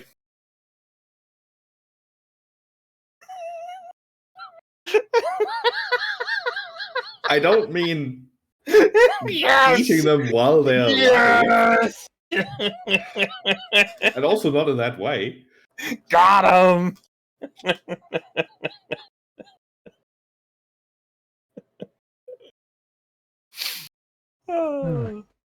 Sheep, how fucked do you think we are? I mean, I know I'm asking them an incredibly optimistic person here. I'm just looking at the Dragonfane's token here. Uh-huh. The And- 4 might, the 3 And all treasury, my the 4 assets that I can totally use. It's difficult for you to fire up the forges. I suppose you'd have to deduct from sovereignty. Yeah. I mean, there's inevitably going to be a direct confrontation with the Death King, right? Well, as we talked about, Death King can't personally come visit the Dragon Fane unless the ritual is broken near it. Yeah, but if we want to establish all rituals, he will oppose at least the last one. Absolutely, Like, which is why I think the idea that you or Ares suggested was the idea of we'd have to run both ritual sites at the same time.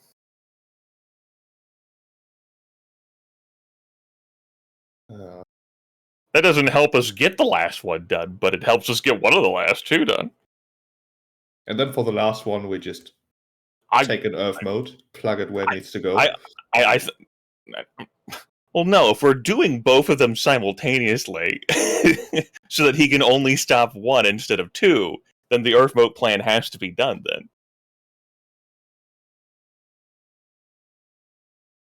We only have 2 sites left to do. I'm thinking we basically do 3 rituals. 2 What? just in the mountains right now. One of them is going to fail, but we're going to plug that location with an Earth mode where we've already established the right runes. We have no suitable space in the mountains where it currently exists to plug it in. We don't have a place to pretend ritual. And I think if anyone's going to know what the ritual looks like, it's going to be him. He can feel that. Wouldn't be pretend ritual, it would be a real one. It was just not expected to succeed. Well, no, he can feel the difference mechanically. Like, when something's actually succeeding, he can feel that. He knows. It's true. But I'm saying we do both rituals simultaneously. Like, assuming we had a spot here, which we don't, because it's missing. If he knows there's not a suitable spot, then it's not actually a credible threat. Yeah. Like that's the issue. There's no spot. Yeah, there's no spot. If there were, it might work, but there's not.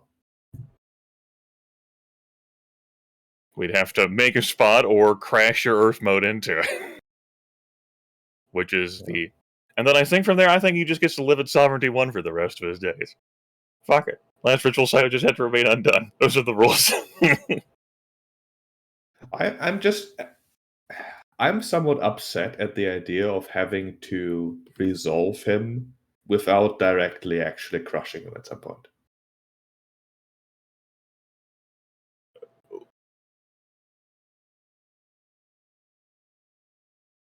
Okay. Just completely from a player perspective. He's better than us. He is, yes. We didn't have to have this fight.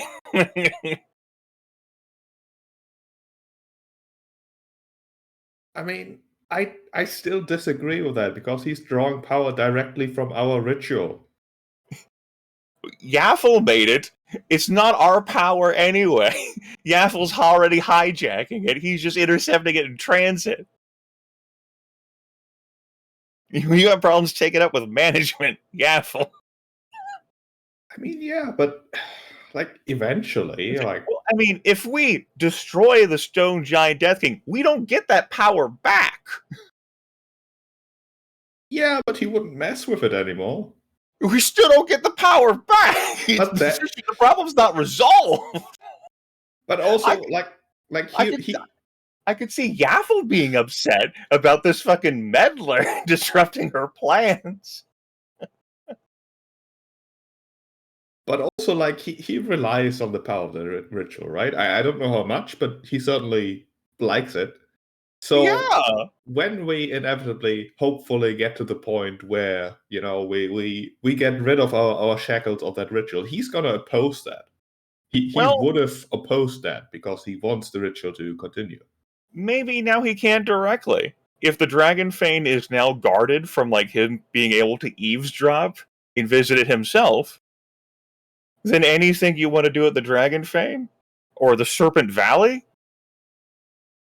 he can't directly like co-visit himself.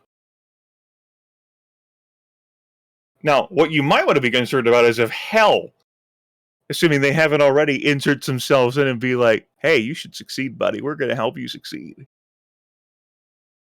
That would be something that I would be concerned about if Don't even start. I mean, we haven't heard anything directly from Hell in a while. I bet they would love Karenheim to totally fucking kill us. Gonna be opposed. And I don't think Yaffle put in the contract that Asmodeus, don't tell the imprisoned stone giant beneath the mountains anything.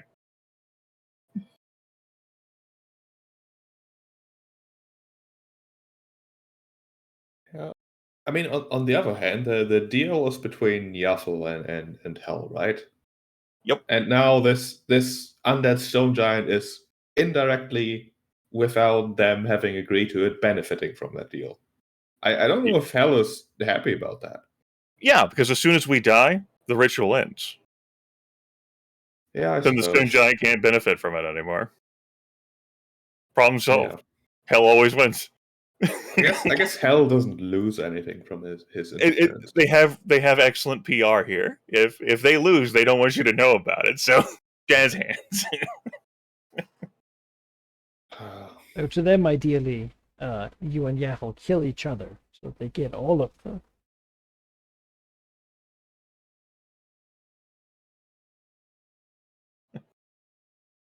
I'm sure there are levels of there are status levels they're willing to accept. Yeah. Much like the stone giant, where if it became necessary to have us dead and not be able to feed off the ritual anymore, especially after the new phylactery or whatever is done. I'm sure he's also waiting for that event. You know, it is to convenient. actually finish that. Maybe, I didn't think about that.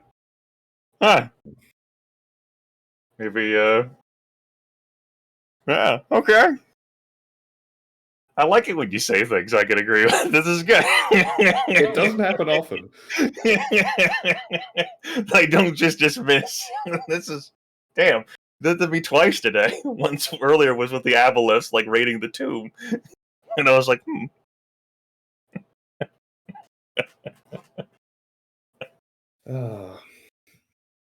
I take that back. I don't like it when you say things I can agree with. That's concerning.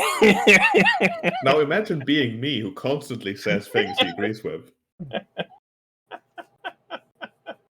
Is concerned about so many things.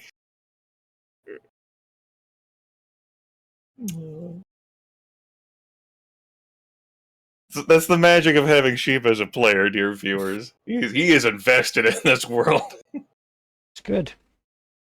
I wouldn't call it invest. I wouldn't. Well, it is invested. Aw. I am scared.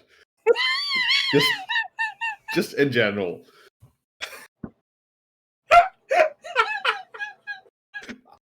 You put me in a world, I will be in a constant state of terror. You don't think he would treat this as like a Vampire the Masquerade or Paranoia thing? No, he will. There is an elder vampire out there somewhere waiting to feed on him. Damn it, he knows. Well, this laughing is not helping my already tearing eyes. Oh. Me, I'm like, whatever. If it happens, it happens. Manikai is the world builder here. He has to. The consequences of the actions will be lived by all. Yeah, I mean, I am the kind of DM who it takes a simulate a world, and then what happens, right? Yep. So be it. If I intercept the consequences of actions, then even the point. Yeah.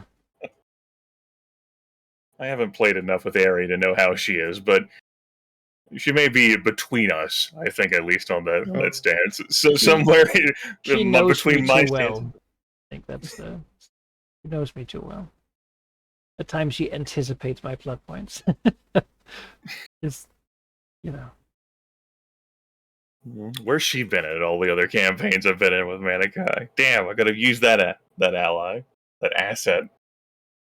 Tell me, what's Manikai thinking? From a metagame perspective, what's happening right now? He's going to present a potential tragedy where you will win but lose something along the way. Oh. Imagine victory, but at a cost. Oh. Imagine the trolley problem, but dragons. Oh, now we're getting sophisticated. Yeah. But like, we could have one dragon on a road, but 2 other dragons would stand in the way.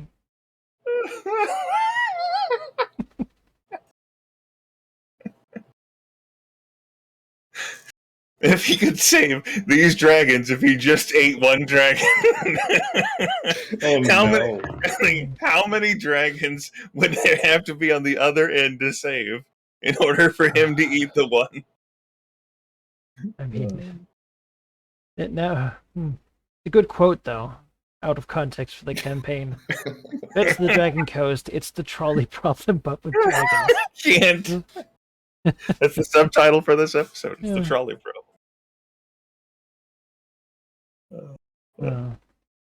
This was fun. If there is something I hope to look forward to in any other campaigns I play with you two, it's Manikai willing, like, frustrating social encounters upon Sheep. It's just like anything that can like baffle him or puzzle him or throw him a curveball. That's what I want. Yeah. I mean, I personally am not frustrated by social. I think I used to be, because I just didn't English well. But that has changed since yeah. I am trying to say that I'm better at this language while failing to speak it.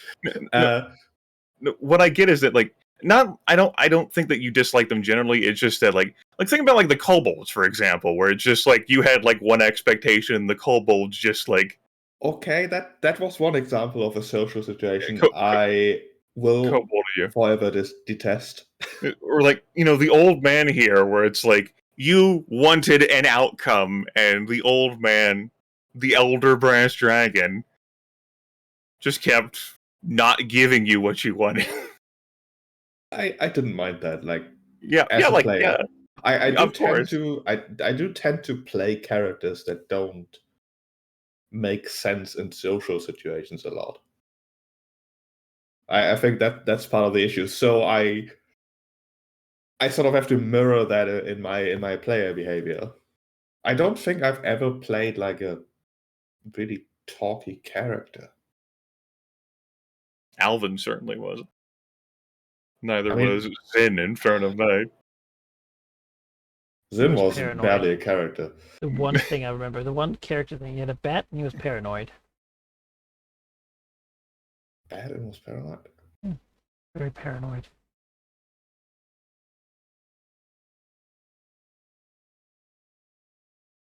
Chiron made deals, right?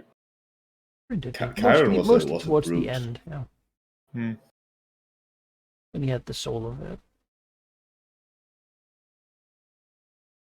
Yeah, I mean, Chiron's alter ego, Telemondus, was sort of talky, but not At the beginning, really. he just beat people with a stick. I'm a sorcerer, which is why you gave me this quarter With my staff. I 18 will now strength, beat that he people just over the head with it. walked around. Here's my dragon diplomacy. Slapping people around the face. What about poor Lord Havelin being greased and then just flopping around on the ground helplessly, being beaten with a stick till he died. You know, He's an undignified paladin. my glowing interest in social interactions for this campaign, especially like ones that are complicated, is that, like, say for example, that old man there is challenging Valignith on points pertaining to Tiamat. Like, actually having that religious debate of, like, your cooperation and unity doesn't make sense with your deity. What do you say to that? And no one's really done that to him. Yeah. It's not like he would take that from Missouri Leader there. Though she has tried arguments on several different angles with him. The brass dragon certainly had. I mean, it wasn't all just pointless conversation. No. It had things it was looking to discover, find out. Because Valignith, to some degree, his position is rather unique, right? And you get the Ogmites like in Redenseer who are different from other Ogmites because they're like, oh yeah, no, you should actually pay for the knowledge, right? We don't spread the knowledge freely. What's that about? That's an Ogmite sort of heresy idea. Most Ogmites are happy to teach you whatever you want to know. And similarly, I mean, Valignith is powerful enough that he has the ability to shape how this faith is like done. Yeah, Simply from the fact that it seems like most other people who've tried have failed. So, evidently, I don't think Tiamat's going to be super mad if you freeze her, and he was nice to some people along the way. Yeah, the thing about how Valignith operates, it sort of came across with the occasional confrontation with Emmy. He doesn't really have arguments why he does what he does. He does the things because he does the things, and therefore they are the right things to do. He just acts on instinct, basically. He has decided at some point that is what I'm going to do, and because he has come to that conclusion, it's obviously the right thing to do. Giving weight to his own previous judgments. Yeah. Like, if it weren't the right thing to do, then he, a dragon, wouldn't be doing it.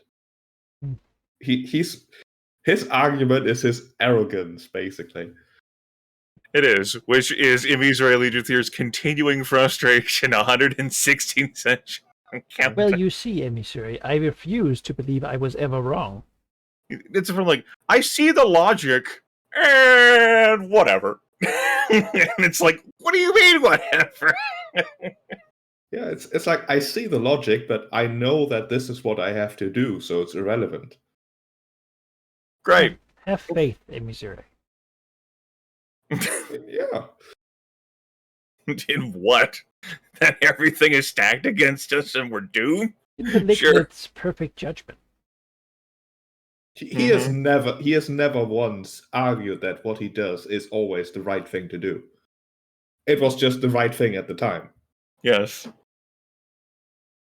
That's why he's the one who was imprisoned.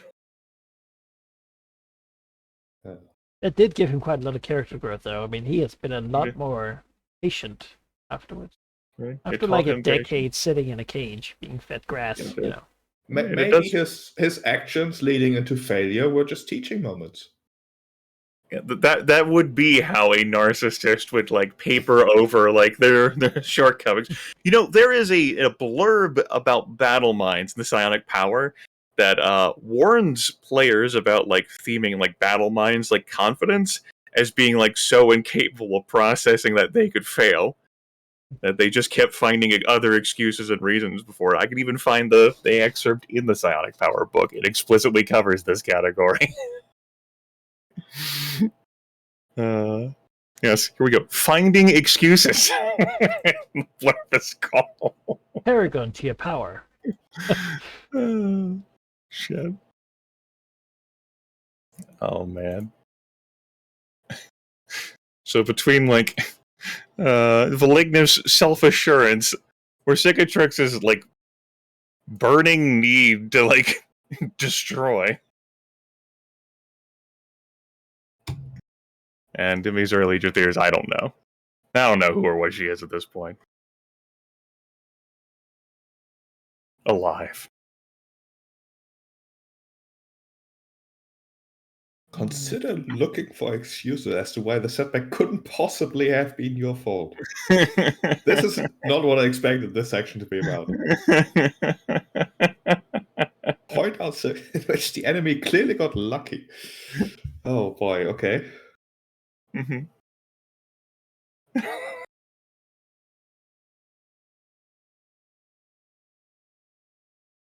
That is kind of funny.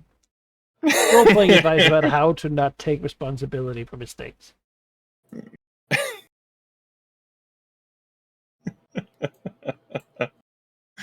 Want to make it clear that your character is shoring up their own ego by making excuses, not criticizing their friends. Yeah, you literally gotta believe you can't make mistakes, because then you can't make mistakes. Yes. And once you believe that, it would be wrong to doubt your judgment, because you're a dragon and you wouldn't be wrong about that. You begin to doubt your judgment. Suddenly you can't use your battle mind powers because you don't believe that you could. Psionics, man. Yeah, I think I've always tried to play Valignus in a way where he's listening more to his compulsion than others, which has certainly had an effect on occasion. Mm-hmm. And also trying to make it so that sometimes he does things because he believes that's what his inner dragon basically wants him to do. But the line of communication isn't very clear. So, like, it could be that that's what he thinks he needs to do, and therefore it is basically a command directly from Tiamat, although indirectly, of course, sort of. It's a very, very vague thing. That makes it sometimes hard to really justify. Yes, this is what I think I have to do because I think I have to do it is of course a circular argument. Like it's very hard to convince people about that. Can't have a conversation with you when that's your stance and like, well, I got nowhere to go. No. Okay, very good. I don't think Valignus has pulled that card often though. It's like only pertaining this ritual, he basically went, no, I don't think this is the right thing to do, even if you're logically like arguing that it is. And in the end, in that situation, Valignus did, through some mental gymnastics, still find a way to sort of do it while he built the paladin rationalization path. Yeah. I get you. Yeah. Just I do find the dichotomy in the character personalities and what they are willing to compromise or sacrifice to be enjoyable. From where Cicatrix's, I will do anything to satiate my vengeance. To Valignus, like, no, everything will come crashing down. This is unacceptable. To Visari Legion Theories, I'm a survivor and I will do whatever it takes to be free. Sort of the 3 degrees of caring about Yaffle to caring about living. Cicatrix doesn't care about living at all, just wants to get revenge. Valignus is like, what Yaffle did is wrong, and therefore she should be punished, so that in the future others will not follow her example. And Emisuri says, I just want to leave. I go over Yeah. there. Like, she can do things here. I don't care. I'm just gonna, when this is done, I'm just gonna like go have, find a like, tree and sleep under it. I'll fucking like hug Yaffle. I don't care. Like, go. I appreciate you like putting my egg back together. We're cool. You did Bye. it! Congrats. Now I'm leaving. Yeah,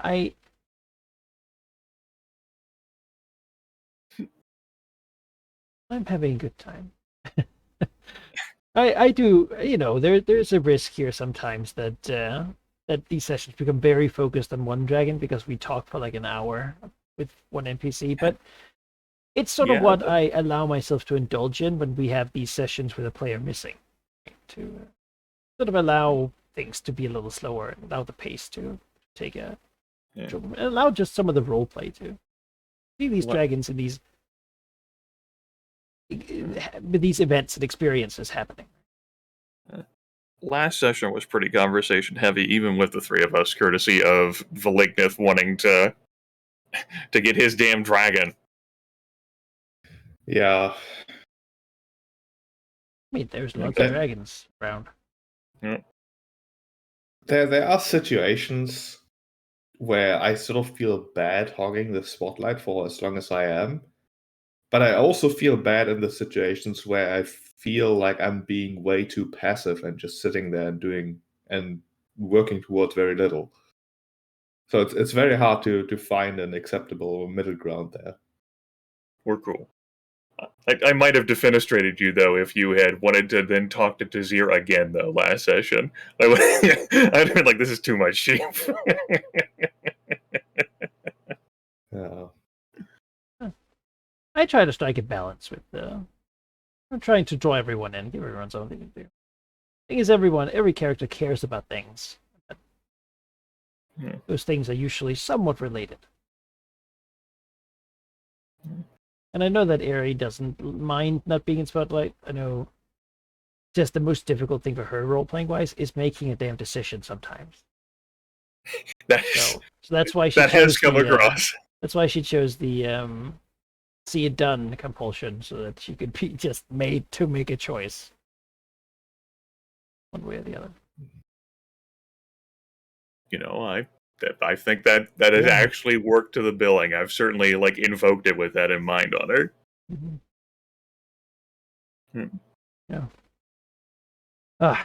That said, hopefully we'll be fully numbered next week. Hopefully. Next week. I think we will stop the stream and recording here, and then tune in at next session, folks. At our typical times abroad, unless you never honored daylight saving time to begin with. Yeah. Find out whether the Dragon Fane will cease to exist. Yeah.